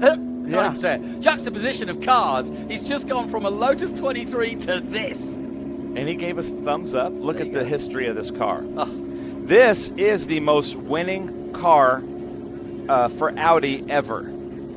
Audi counts all of its Le Mans wins, all of its IMSA wins, all of its ALMS wins for this era, but also Travis Engen is in contact with the Audi team, and they have determined that this, by far, is the most winning Audi in history.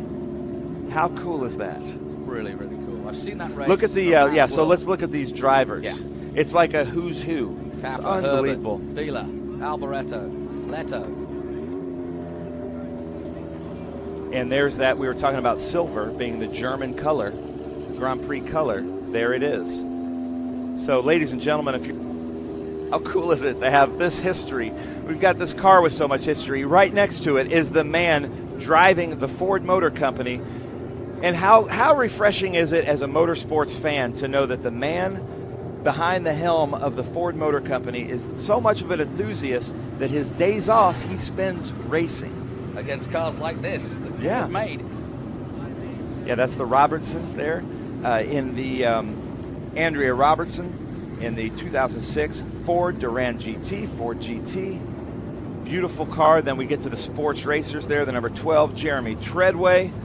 Lee Brain in the number 24, 1995 Ralt RT41SR. With those Benetton colors, it looks as though they took the Formula One car and put side pods on it. Yeah, I think I was talking to somebody in a car like this. It was basically an Indy Lights car that they put skin on to race in a different class. That looks like a Tennessee car right there.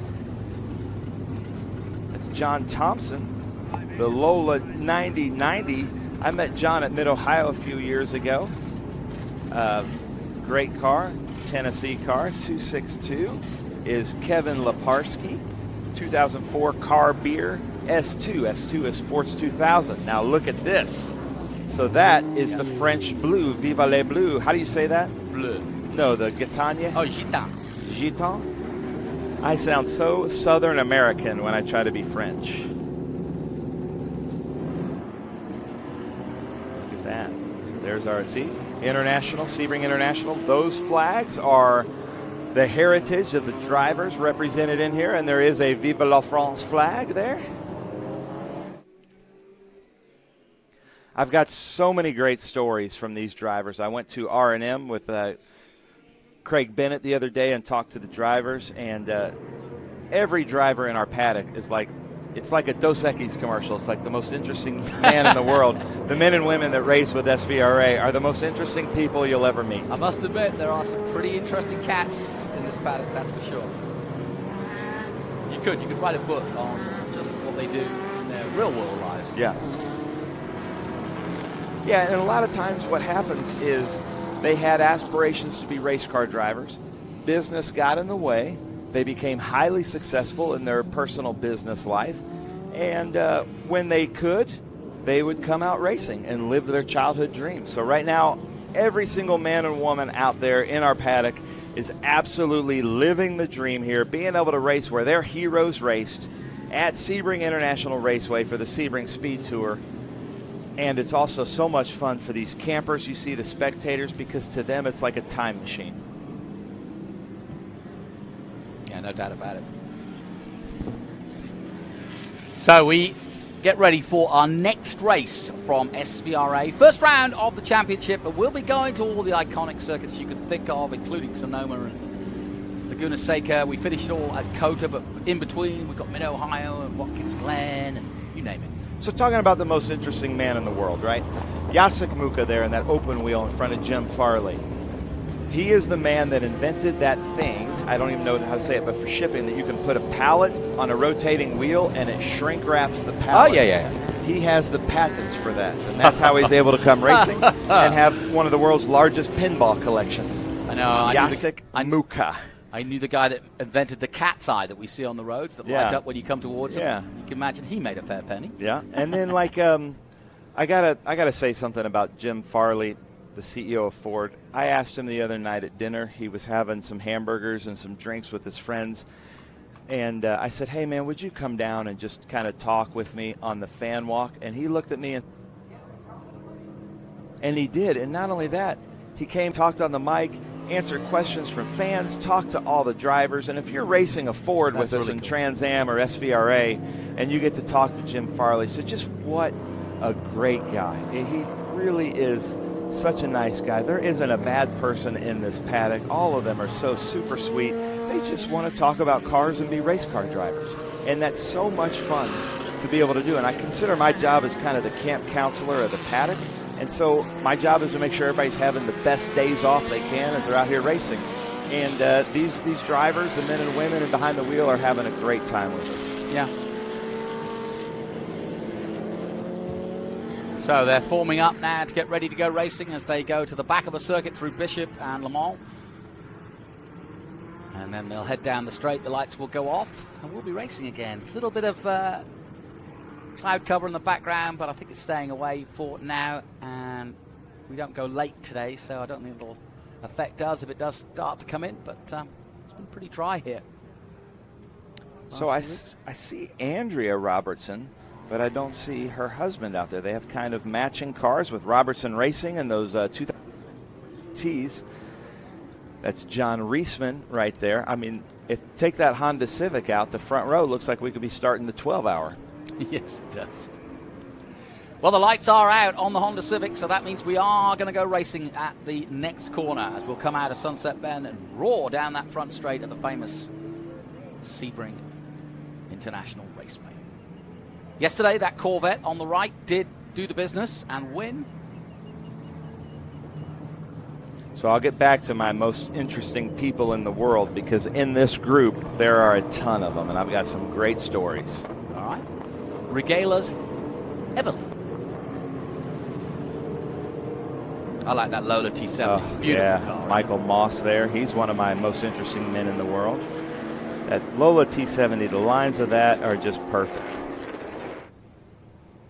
So green flag waves and away we go. On the right, the blue of Reisman in the Coyote Corvette.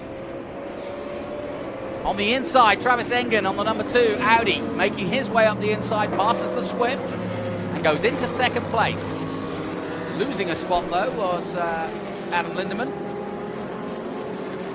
So this is mixed group racing. This is 5A, 7, and 11. The Sports 2000 racers are racing each other. The prototype-looking cars are racing each other. And the Can-Am-looking cars are racing each other as we all start here. But mixed-class racing is what Sebring is all about on these different surfaces that Sebring gives us, including that dirt. Has been a racing surface today, hasn't it, Jonathan? Yes, of course. They come down here into Franklin Road, turn 7. So already Engen has slotted himself nicely to second place. Ooh, here comes Tennessee. Ooh. Oh, he's volunteering his spot right there, right up ahead. Good pass. Nice done. Nicely done at the classic place to overtake at Sebring at the hotel at 7. The hairpin, and now up the Fangio straight.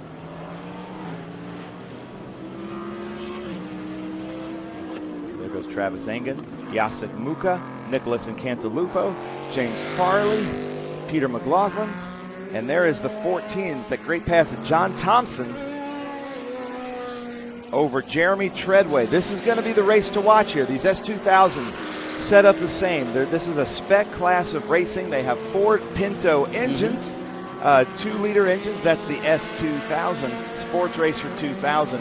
One of the most competitive classes in SCCA. It is a driver's class.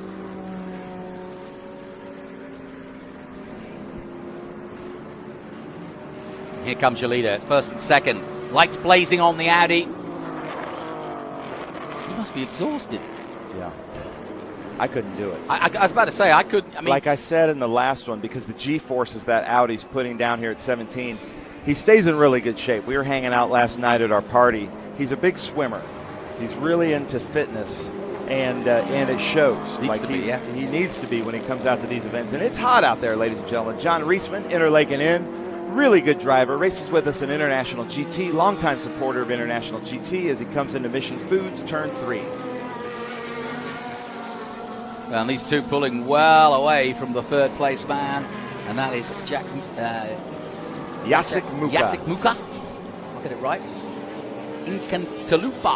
Lupo. Dominique Incantalupo is still 4th, and then James Farley in 5th at the moment. Justin Frick in 6th. He's been out already today. John Thompson in 7th, and Jeremy Treadway in 8th position.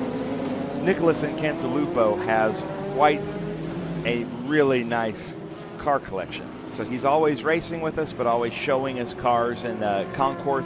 I haven't asked his permission to share what kind of cars he has, but he does really have a really nice car collection. So maybe next time I'll get permission and I'll share with you what he has, because it is a real eye-opener of a collection. Just some fantastic pieces. But here's a fantastic piece right here with the Nicholas Incantalupo, with Jacek Muka, with Travis Engen. Every one of these cars could be in a museum. I'm so glad that they're not. I'm so glad they're out here racing with us and showing everybody what they can do.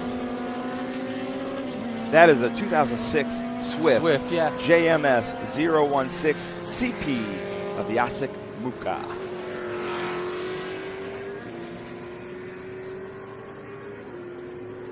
Car 54, where are you? I'm in 54, Orica FLM9. Don't know what the FLM stands for. Answers on a postcard. Where is car 54? There it is, right behind Jacek Muka, followed by Jim Farley. So that's Jacek Muka, Nicholas Incantalupo in car 54. Look at that. It just looks like, that looks like that could currently race. Yes, it does. In the 12-hour. Jim Farley going out wide. He's got pressure from Justin Frick at the moment. Jim Farley's thinking, what the frick? Oh, dear. But good one. Look at this. Now, Jim Farley's having a great race. He and Justin Frick, those are pretty equally yoked cars. Yeah.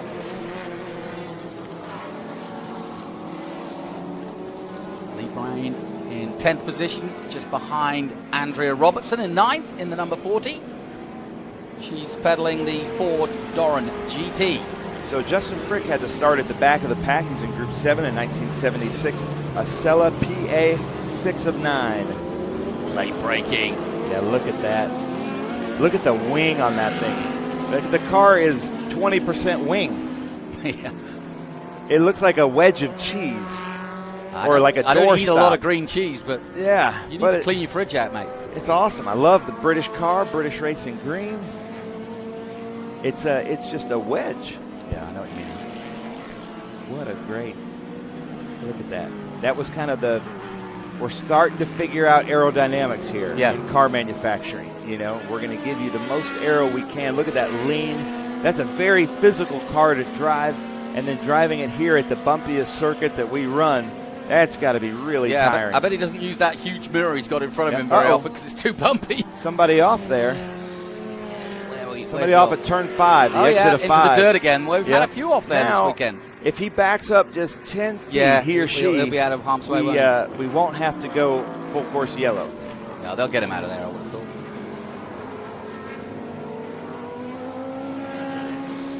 Here we are, Nicholas Incantalupo. So Jim Farley still able to keep Justin Frick behind him. That's the battle for Group 7. Those are the first two Group 7 cars. So Jim doesn't care about Jacek in front of him. What he cares about is Justin Frick behind him. And if you guys think this is just vintage racing, you are poorly and sorely mistaken. This is racing. You do not want to get passed by your competitor. Jim Farley right now wants to make that car as wide as he possibly can. Justin Frick was able to move up from the back of the pack, but now trying to catch Jim Farley is going to be a whole nother story as they come under the Marathon Coach banner to Mission Foods, turn 3. Look at this. You can see the safety vehicle coming down the photo road to rescue our car. Back, isn't he? Sebring International so good at keeping us going full course green. In other tracks we race, that might be a local yellow or a full course yellow, but here we're able to stay green. So thank you so much to Billy Kingston, Matt Muha at Sebring International Raceway for keeping us running, because there's some great racing here throughout the field. But right now we're focused on the gym. Oh no, Michael Moss. Well, here's my chance to talk about Michael Moss. Okay. I think he's out of the car. I hope not. I think he just opened the door for breathing. Okay. Michael Moss, Red Lola T70. He lectures at the U.S. Naval War College. That means he lectures to admirals and the highest ranked people. He was the principal behind with the Pineapple Express of just recently of our withdrawal from Afghanistan to rescue the Afghan SIVs. Wow. He was a big operator in that. So Michael Moss, you, sir, are a global and American hero. Hats off to you for doing that, all of your work, all the work that you're doing that I'm not allowed to talk about. We really respect everything that you're doing and that you're out here racing with us. I was wondering why you've been gone for 2 years, and I think that might be the best excuse I've heard yet. So thank you so much. You, sir, are a hero. Jeremy Treadway, we've got a glimpse of him in 8th position there in that number 12. But yeah, here. Then we have another David Jacobs who didn't make the start. Yes. A Canadian, 1958 Canadian champion skier, alpine skier, and then he started Spider, SPYDR-DER, skiwear. Of which I have worn when I ski. All of the U.S. Olympic alpine skiers at this year's Olympics wore Spider clothing. It's great gear. And he's out here racing. And there we are with Andrea Robertson, the Ford Duran GT. I said yesterday she hosted a BDCA event at her race shop just outside of Road Atlanta. I got to go in there and peek inside. What a great operation. Big supporters of vintage racing. John and Andrea Robertson, thank you so much. Yeah, that Spider gear. I've always enjoyed skiing, but it wasn't until I got my Spider gear that I realized you could actually be comfortable out on the mat. Yeah, exactly. and they don't just sell, they sell like leisure wear too. Yes, so comfortable. Yeah, good stuff. So Reisman leads the way in the 33A. Travis Engen still second in that beautiful Audi, that most, as you pointed out, that most successful Audi ever. All right, frankly. so I'm hearing from downforce 65 of the Gattagna car, the F1 Tribute. So hopefully we can get a little more shots of that. And who are you guys rooting for in this field? I'm hearing what a crazy field. You're right, Abel Fox. But, yeah, so tell us who you guys are rooting for. Me personally, as a lifelong fan of the Ford Motor Company, I'm going for Jim Farley. And thanks, Jim, for helping me out yesterday. There it is. There's your Viva Les Bleus. It's just a great-looking car, isn't it? Yeah, and I believe that's under the Sasco tent this weekend. That's the 7A. Ralph DiMaggio. No, that's Peter McLaughlin. 76 Lola T297, right? That's 7A, I think. Ah, yes, 7A, yeah. That's Peter McLaughlin. Peter McLaughlin, Lola, the man at the helm of SVRA when Tony bought it. Ah, okay. So big-time supporter of vintage racing, Peter McLaughlin. He ran SVRA for several years, so thank you for your efforts there, Peter. And it's so glad to have you back. Racing against 262, Kevin Leparski waving to you to try to get by. But, you know, Peter, don't let him by. So there you go. Again, ask and you shall receive. We're going to get some shots of the cars that you want. I've heard from the Ford GT. Now we've got a tow truck on track.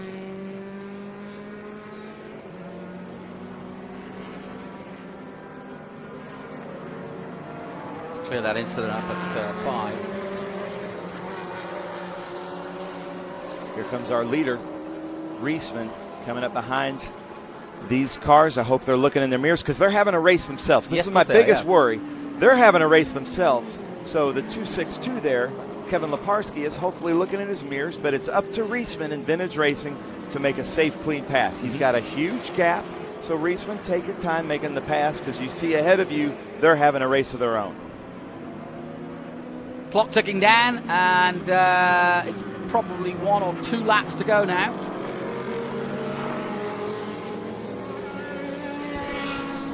take a look at the 34 coming into shot.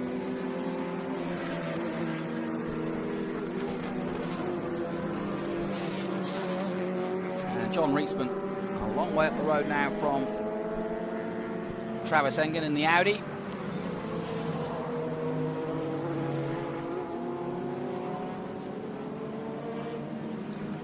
And Cantalupo still there in a strong third place in the Orica. I want to see this battle for Group 7 with James Farley and Justin Frick. Looks like that's still going strong. Yeah, they're still very close on track together, yeah. James' best time was a 2:09.1. Justin Frick's was a 2:09.086. Last lap was a 2:09.086 for Justin Frick, so his last lap was his fastest lap, meaning he's coming up on Farley. As we go off there a little bit, behind that the number 8 car that looks like a Brian Redmond car, doesn't it, Jonathan? Yeah, it does. John Delane in a Chevron. Yeah, Brian, synonymous with those Chevrons. And Lola's there. He's driven everything. I'm hearing from James Bain that Peter McLaughlin is also a driver's coach. Yep. I love that that's a Canon car and the pinstripe is a film reel. You notice it's like the Canon 35mm film is the stripe on that Canon. I hope when we come up here to turn, what is that, turn 13, tower turn, we can get a shot of that. But there's our leader. Yeah, I'm just looking at the flag man in front of me, in front of our commentary position, to see if he's got, yes it is, the last lap board coming out now. And Reisman will see that in the Coyote. And there's also a yellow flag out.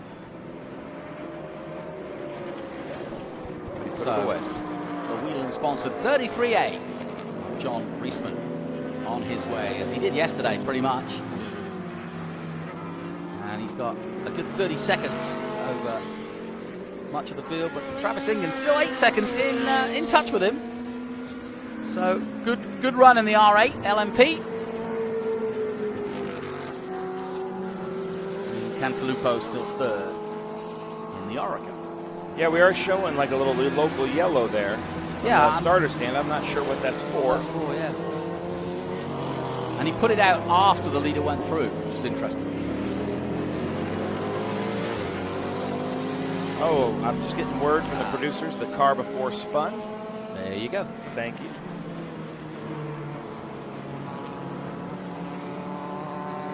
So we're John Reisman in first, Travis Engen second. But this is overall. Dominic and Cantalupo, Jacek Muka, James Farley 5th, Justin Frick 6th, John Thompson 7th, Jeremy Treadway 8th, Andrea Robertson 9th, and Lee Brain 10th. I want to get to this Jim Farley, Justin Frick battle as we're watching right across. There comes the Wright Motorsports car getting ready, the hauler, getting ready for the 12-hour. Yeah, it's coming in already, starting to load up for Sebring. Yeah, that battle you're talking about is between 5th and 6th. Here it is. There it is. Right there. So there's Jim Farley coming around. That is turn 4-5. And here comes your leader. His last. Not a foot wrong. Yeah. Way to go. John Reisman, Interlaken in 2014 Coyote Corvette DP Daytona prototype. And he takes the checkered flag to win then in Group 5A, 7 and 11. And a nice run by John Reisman to take victory. His fastest lap of 1:57, so he upped the pace at the end there. But that was some excellent racing. Here's your second place man, Travis Engen. He'll be exhausted, surely. He's just done 2 races in a row on the bumpiest circuit in the world in 2 very different cars. A very old Lotus 23 and a very modern Audi R8. Unbelievable. So I'm getting some feedback from Eric Cartman of South Park, Colorado. Too many drone shots, but Eric, there's 2 O's and too many drone shots, not just one. So I'm giving you some feedback. Oh, don't mess with Ben.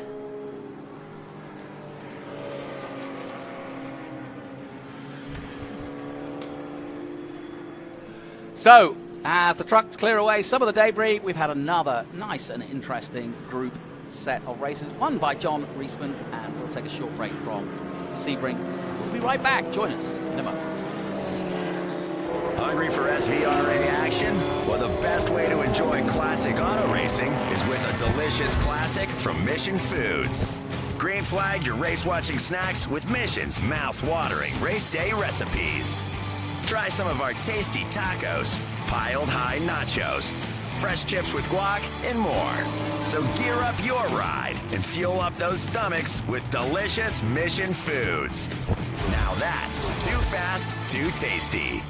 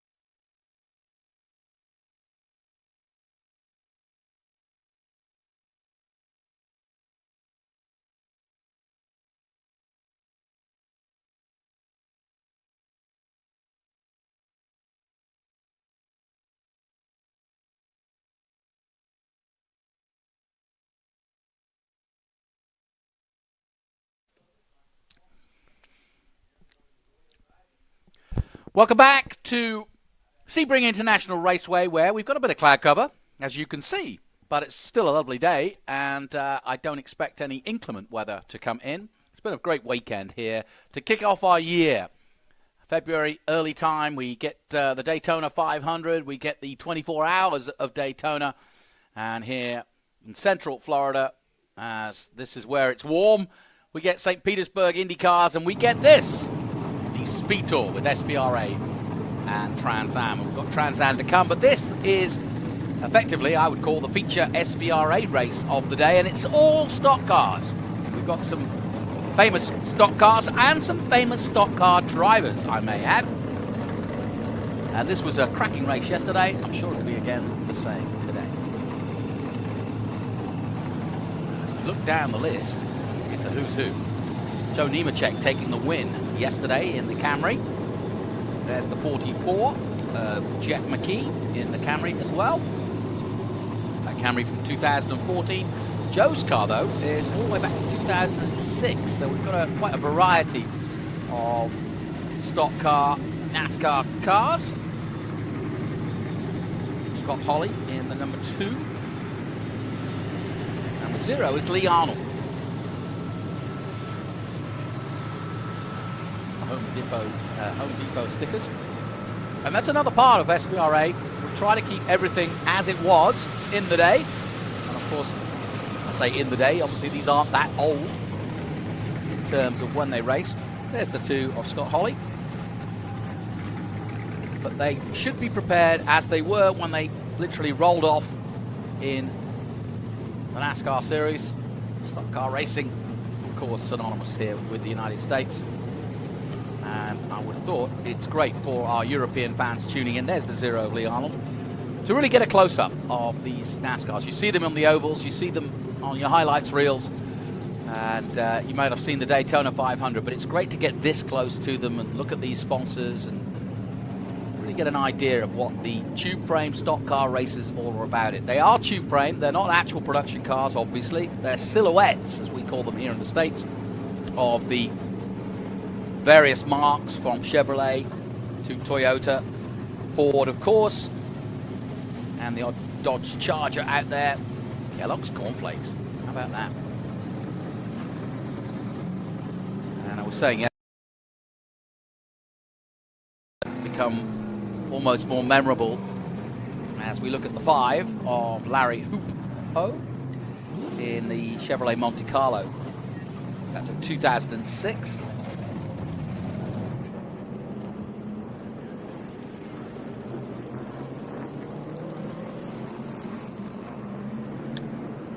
And a little bit of overcast starting to form as the clouds come in. We've been watching them coming in since this morning. It started off as a foggy morning, but since then it's opened up.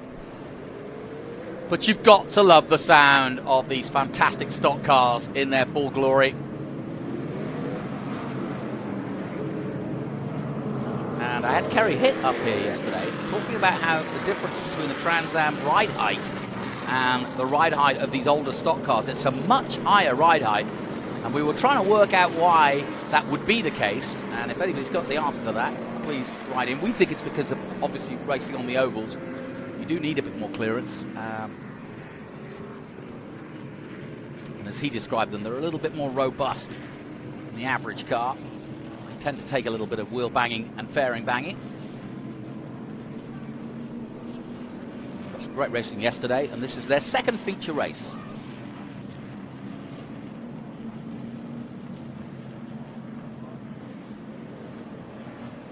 And they line up as they finished yesterday, so that means Joe Nemechek, who pretty much in his time in NASCAR won everything there was. And of course the Nemechek family still involved in NASCAR, very much so.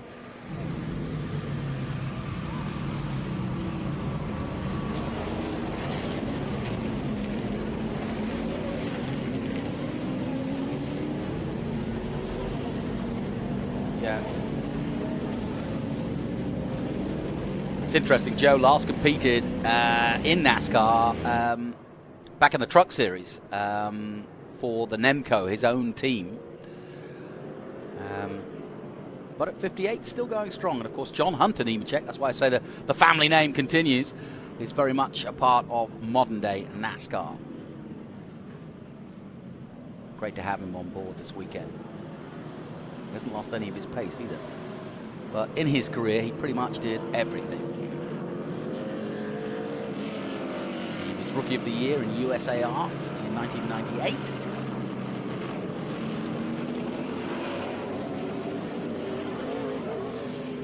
to become the champion of the Busch Series in 1992. And in 1989, before that, he was the All-Pro Super Series champion. Joe Nemechek.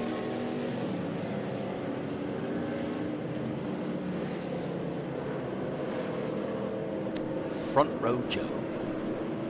Delighted to have him on board as a special guest this weekend.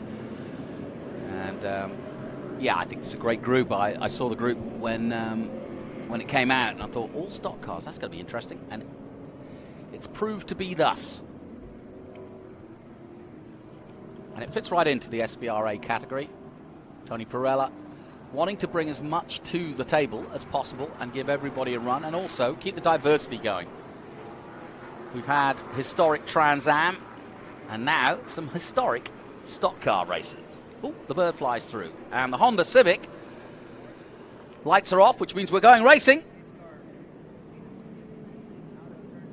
And cars that vary from, what, 1987 all the way through to 2014. And here's a stock car fan alongside me. I've just been given the accolades of Mr. Nemechek as he leads the field. But there's a bunch of really good races in this one, isn't there? Yeah. Front Row Joe. Yes. But he is I guess the most starts in NASCAR, yeah, correct? Yeah. Here we go then. Green flag waves, and away they go to the beautiful sand of stock car racing in America at a track they wouldn't normally come to, Sebring. If I were to guess right now, I'd say we're going to see a Camping World Truck Series race or an Xfinity race here by 2025. Oh, he goes way wide. Way wide. Hold on to it. Go straight, go straight, go straight. Keep your foot in, keep your foot in, and he's done just that. I don't know why I'm telling him how to drive. He knew exactly what to do, but it is tough when you've got that much power underneath your foot to stay straight, right? It is, and what's weird, it's deceiving about Sebring is it's like 6 lanes going into the turn, and it condenses down to 3 lanes quickly. Yeah. It doesn't funnel into 3 lanes. It just goes from 6 to 3 instantly. So, a dramatic start, and away we go. So we've got Front Row Joe Nemechek in first, Jeff McKee in second, Mike Skinner, who I think in the chance to talk about it. Daytona 500 pole winner. Scott Hall. Oh, here we go. We've got some replay. Here you go, off the start. Yeah, everybody jostling for position. They all popped out, didn't they? And like you say, it's 5, 6 wide, or it can be into 1, but then it really does funnel in. So they dive through here, then suddenly you run out of road, and that's exactly what happened here to the number 19. A joyride for Donnie Strickland in that Monte Carlo. Great replay there from green light. So here we are at Sebring International Raceway. Stock cars, ladies and gentlemen. Don't adjust your eyes or TV. We've got NASCAR stock cars racing here with us at Sebring International Raceway. And what's your favorite out there, Jonathan? I don't know. Like I said, I almost go off the brands. So it's the cars that I recognize that either have the branding that I recognized at the time, like the Home Depot that's coming in here, in second place, or in second of these 2 cars. Shows an all-black number, but that doesn't matter. We're talking about the driver more than the car. Oh, well, I like food, so I like the Kellogg's one. But my favorite car in this is the Ford Thunderbird, the 87 Ford Thunderbird of Carlos Gann. Yeah, unbelievable car. So that looks like a Tony Stewart car to me. And it was funny, the great thing about NASCAR is if you were a Tony Stewart fan, you would not shop at Lowe's. And if you were a Jimmy Johnson fan, you would not go to Home Depot. Yep. And then when Rusty Wallace went from Miller Genuine Draft to Miller Lite, some people thought that was not cool.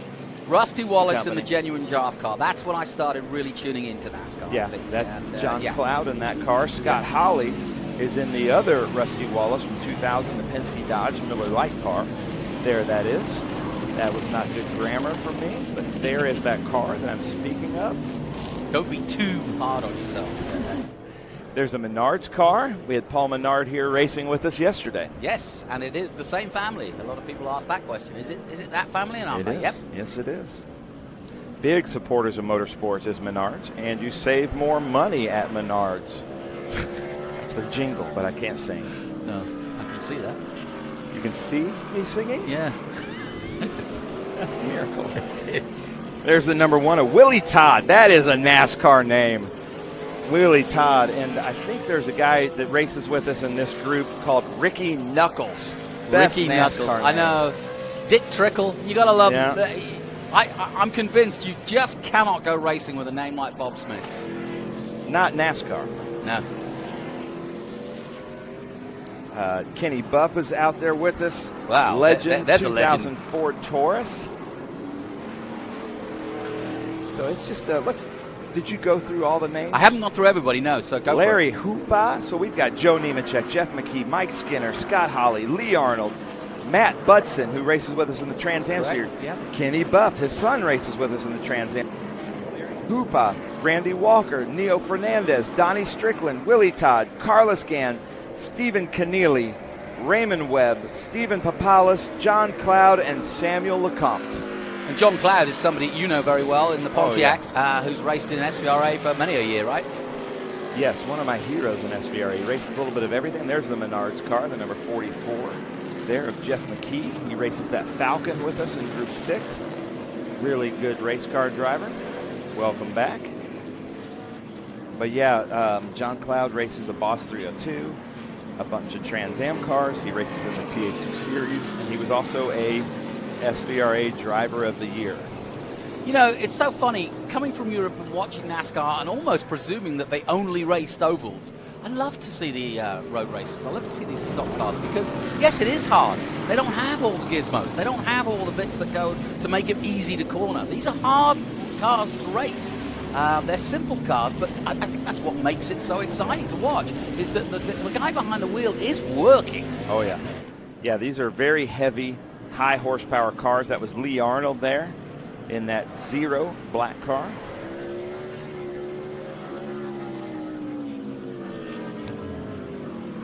Well, I've become a NASCAR fan, there's no question about it, in the last few years. And, I was there watching the 500.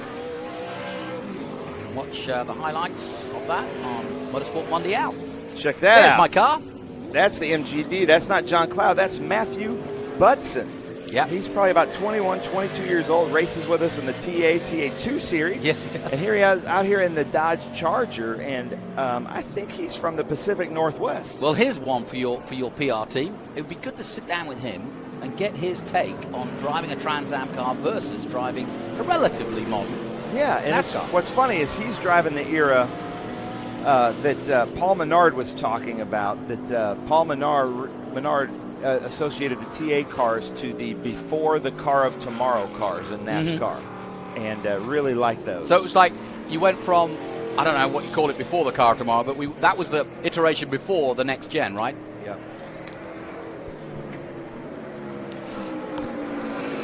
Which is all good marketing because they're fairly basic.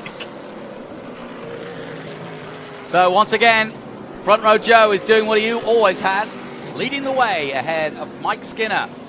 Good to see both of them out there. Scott Hawley still third, and Jeff McKee. About 10 minutes to go in this one as Donnie Strickland dives through. He's the one that went wide earlier on in the 19, but gathered it all together. 78 is Randy Walker at the back of this three-man group.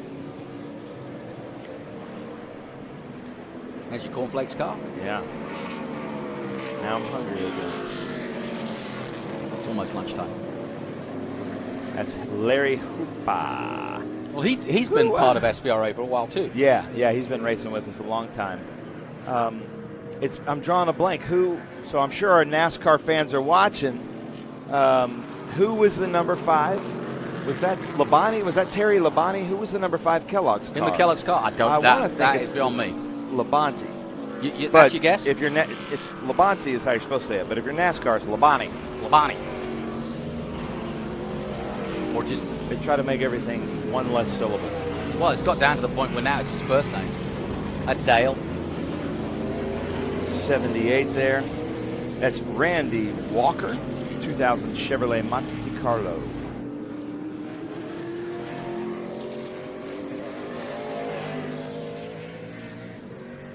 Okay, so ML Gordita makes me hungry again. Yeah, it says it is Terry Labonte. Yeah, well, good on you. NASCAR ran a Grand National race at Road Atlanta in 1986. Grand National is today's Xfinity car. Yeah, Terry Labonte, 1984 and 1996 Cup champion. But I'm right in saying no part of NASCAR has actually raced Sebring, right? You're saying it in the future, maybe the truck series. Yeah, I can't think of a NASCAR sanctioned race at Sebring. They've practiced here, but I can't. Oh, there it is. Look at that. Carlos Gann. Thor Thunderbird. Yes. That is just. So who would have raced this car? It's like a Cadillac front. It kind of looks that Motorcraft. Kind of looks like a Bill Elliott kind of car. So, ladies and gentlemen, who would have raced this Motorcraft 15? It would have to be a 9 if it was Bill. Yeah, it would have to be 9. So who else could have raced that? I tell you, it was great having Bill Elliott in the championship at Trans Am just a couple of years ago at Road America. It was awesome. Yeah, and Bill Elliott is a longtime supporter of Carlos Gann. They build cars together, actually, and a vintage racer. Bill Elliott will tow his own car to the track, work on his own car. Really great competitor. So it's cool to have these legends of NASCAR out. And I'm sure if Bill wasn't having to spot for that driver named Chase Elliott this weekend at Auto Club Speedway, he'd be here racing with us. Well, I remember when he and Chase last year got together and raced in SRX with our own Ernie Francis Jr. That was a nice thing because at the time Chase was the current Cup champion. Yeah, that is true. Look at that, though. That's the era of NASCAR that I really liked. That is a neat car. So that's a 1987 Ford Thunderbird. I had one Cole Trickle to be out there racing with. Another good name, Cole Trickle. Yeah. Cole Custer. Yeah. The first time I saw that name, I thought, he's going to be good. And he is. First one in our YouTube comments to tell me who Cole Trickle was wins a thumbs up. Was he related to Dick Trickle? Nope, but he was named after him.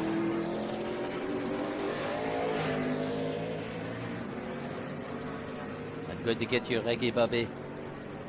Well, it's related to I made Grosjean say that, actually. Really? It was very funny. Oh, that's awesome. Yeah, he does a good impression. And Simon Pagenaud, the same. If you ever get Pagenaud on his own, he's quite happy to go straight into NASCAR for you. I'm getting information from Phil Manson that Dave Marcus always wore wingtip shoes when he drove. That's pretty funny. I don't know if that's a disadvantage or a... I don't know. I can't see it being an advantage, but there you go. Well, Nemechek's got a good lead. He's just done a 2:07 on lap 5, so he's laying down some good laps. All right, ML Gordita wins. She got it. Cole Trickle was from Days of Thunder. There you go. That's right, it was. Yeah. I do forget, though, who was the guy that they got in the rental car race with. What was the other guy's name? The antagonist. It was also a very NASCAR name. Yeah. All right, well, let's back to the racing. I'm getting yelled at over here. Back to the racing, guys. So here we go. Terry Labonte coming up behind. Here we go.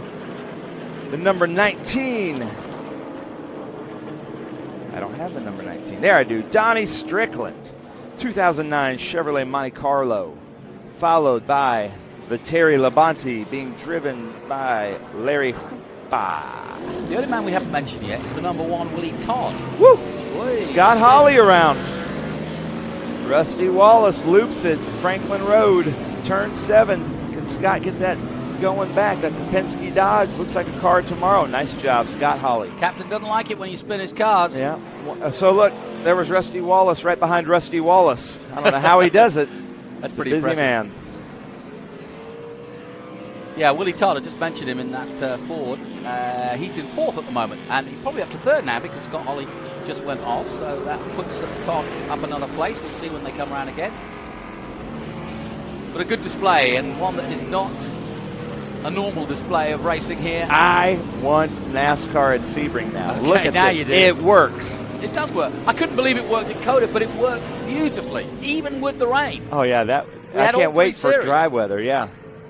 I tell you what, Andy Lawley should be a NASCAR commentator. He did a fantastic job. Yep.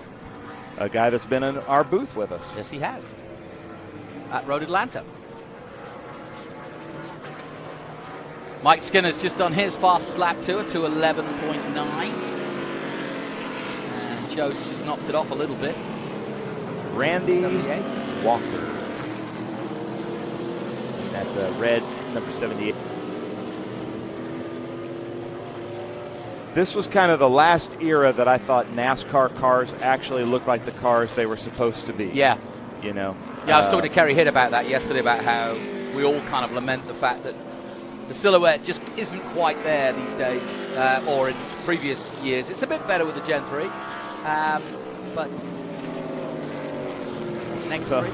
listen to this comment from, I'm not going to say because he might get in trouble, but back when Tom Cruise raced SCCA and in Trans Am, it was called See Cruise Crash Again, SCCA. Oh, I see. Careful. Scientologists will be after you. Larry. Good close racing, though, between these guys, bumping over these heavy bumps, risking Now, it all. If that were really Terry Labonte, he might have moved him out of the way.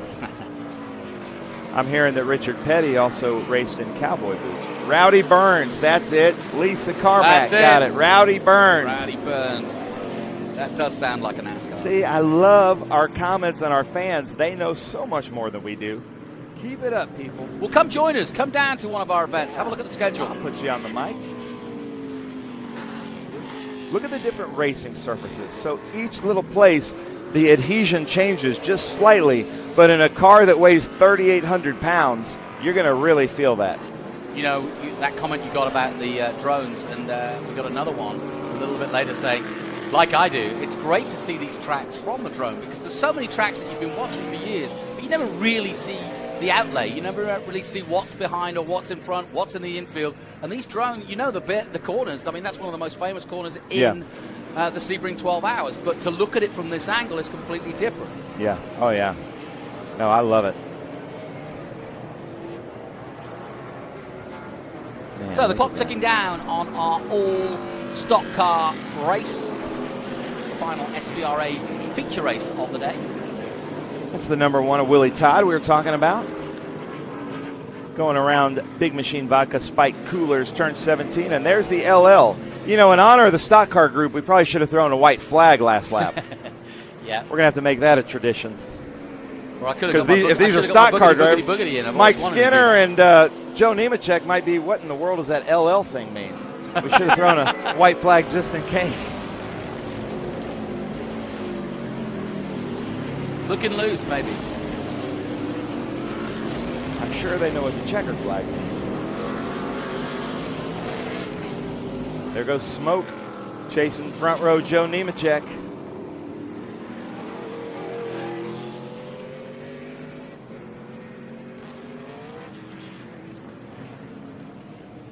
Yeah, Joe, once again. Wait, very hold impressive. on. Regarding Talladega Nights that you quoted, Phil Manson said, "My dad, Ted Manson, played Chip, Ricky Bobby's grandfather." Oh my gosh, that the kid's like paraded. Role. Yeah. Oh, that's amazing. When that kid turns to him and says, "Granddad, why don't you shut up?" Oh my gosh. Great role. Yes. Fantastic stuff. That We digress. Phil Manson, that is a claim to fame. That is a good claim to fame, actually. Joe Nemechek, though, and his claim to fame is he is one of the greats. And so, too, Mike Skinner. Great to have them on board for our all-stock car race. Ooh, he Willie goes Todd. wide.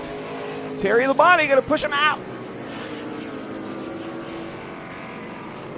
Here he comes. Front row Joe. And this is his second win of the weekend. If you weren't with us yesterday, he did pretty much the same in this car yesterday. So it's a complete sweep. Front row Joe. And there's the checkered flag. And once again, Joe Nemechek, he needs to make a comeback. Historic NASCAR racing. Still got it. Joe Nemechek. Yep. Why don't we do that? Let's get a stock car race We're doing every it. weekend. We're making a stock car championship. Let's do it. What, really? Yeah, we are. SVRA. It's going to be a 4-part series here. They're at the Roval with us in 2 weeks in Charlotte. And then next year it might be a 6-part. That would be awesome. And you can see the comments from the people. They are interested. So that would be really cool.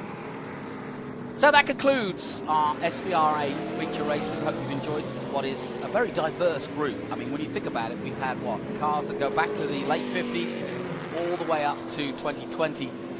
And including some, rare classics like that Audi R8 and that John Nash 23 Lotus. Beautiful, absolutely beautiful.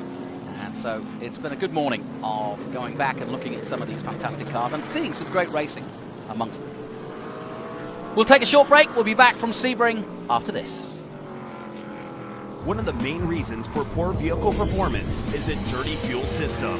It can cause decreased fuel economy and actually do harm to your engine over time. By adding Lucas fuel treatment to your vehicle, it cleans and lubricates the entire fuel system, pump, carburetors, fuel injectors, and valves as you drive. It also improves your vehicle's performance. It's a non-solvent product designed to protect both gasoline and diesel engines. Lucas fuel treatment. It works.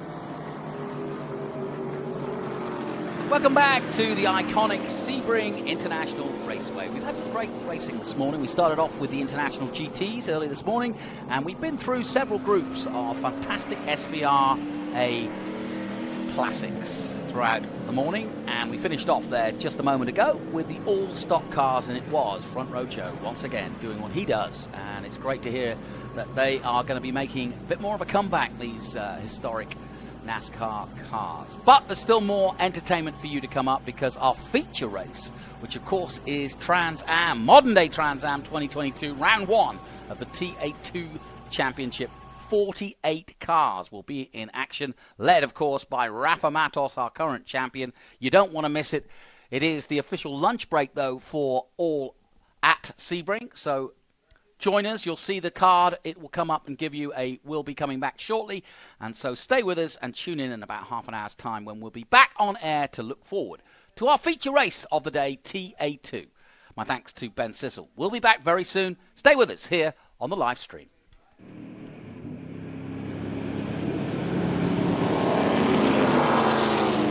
Classrooms. What do you think when you hear the word classroom? Books. Notes. Tests. It's time for a change.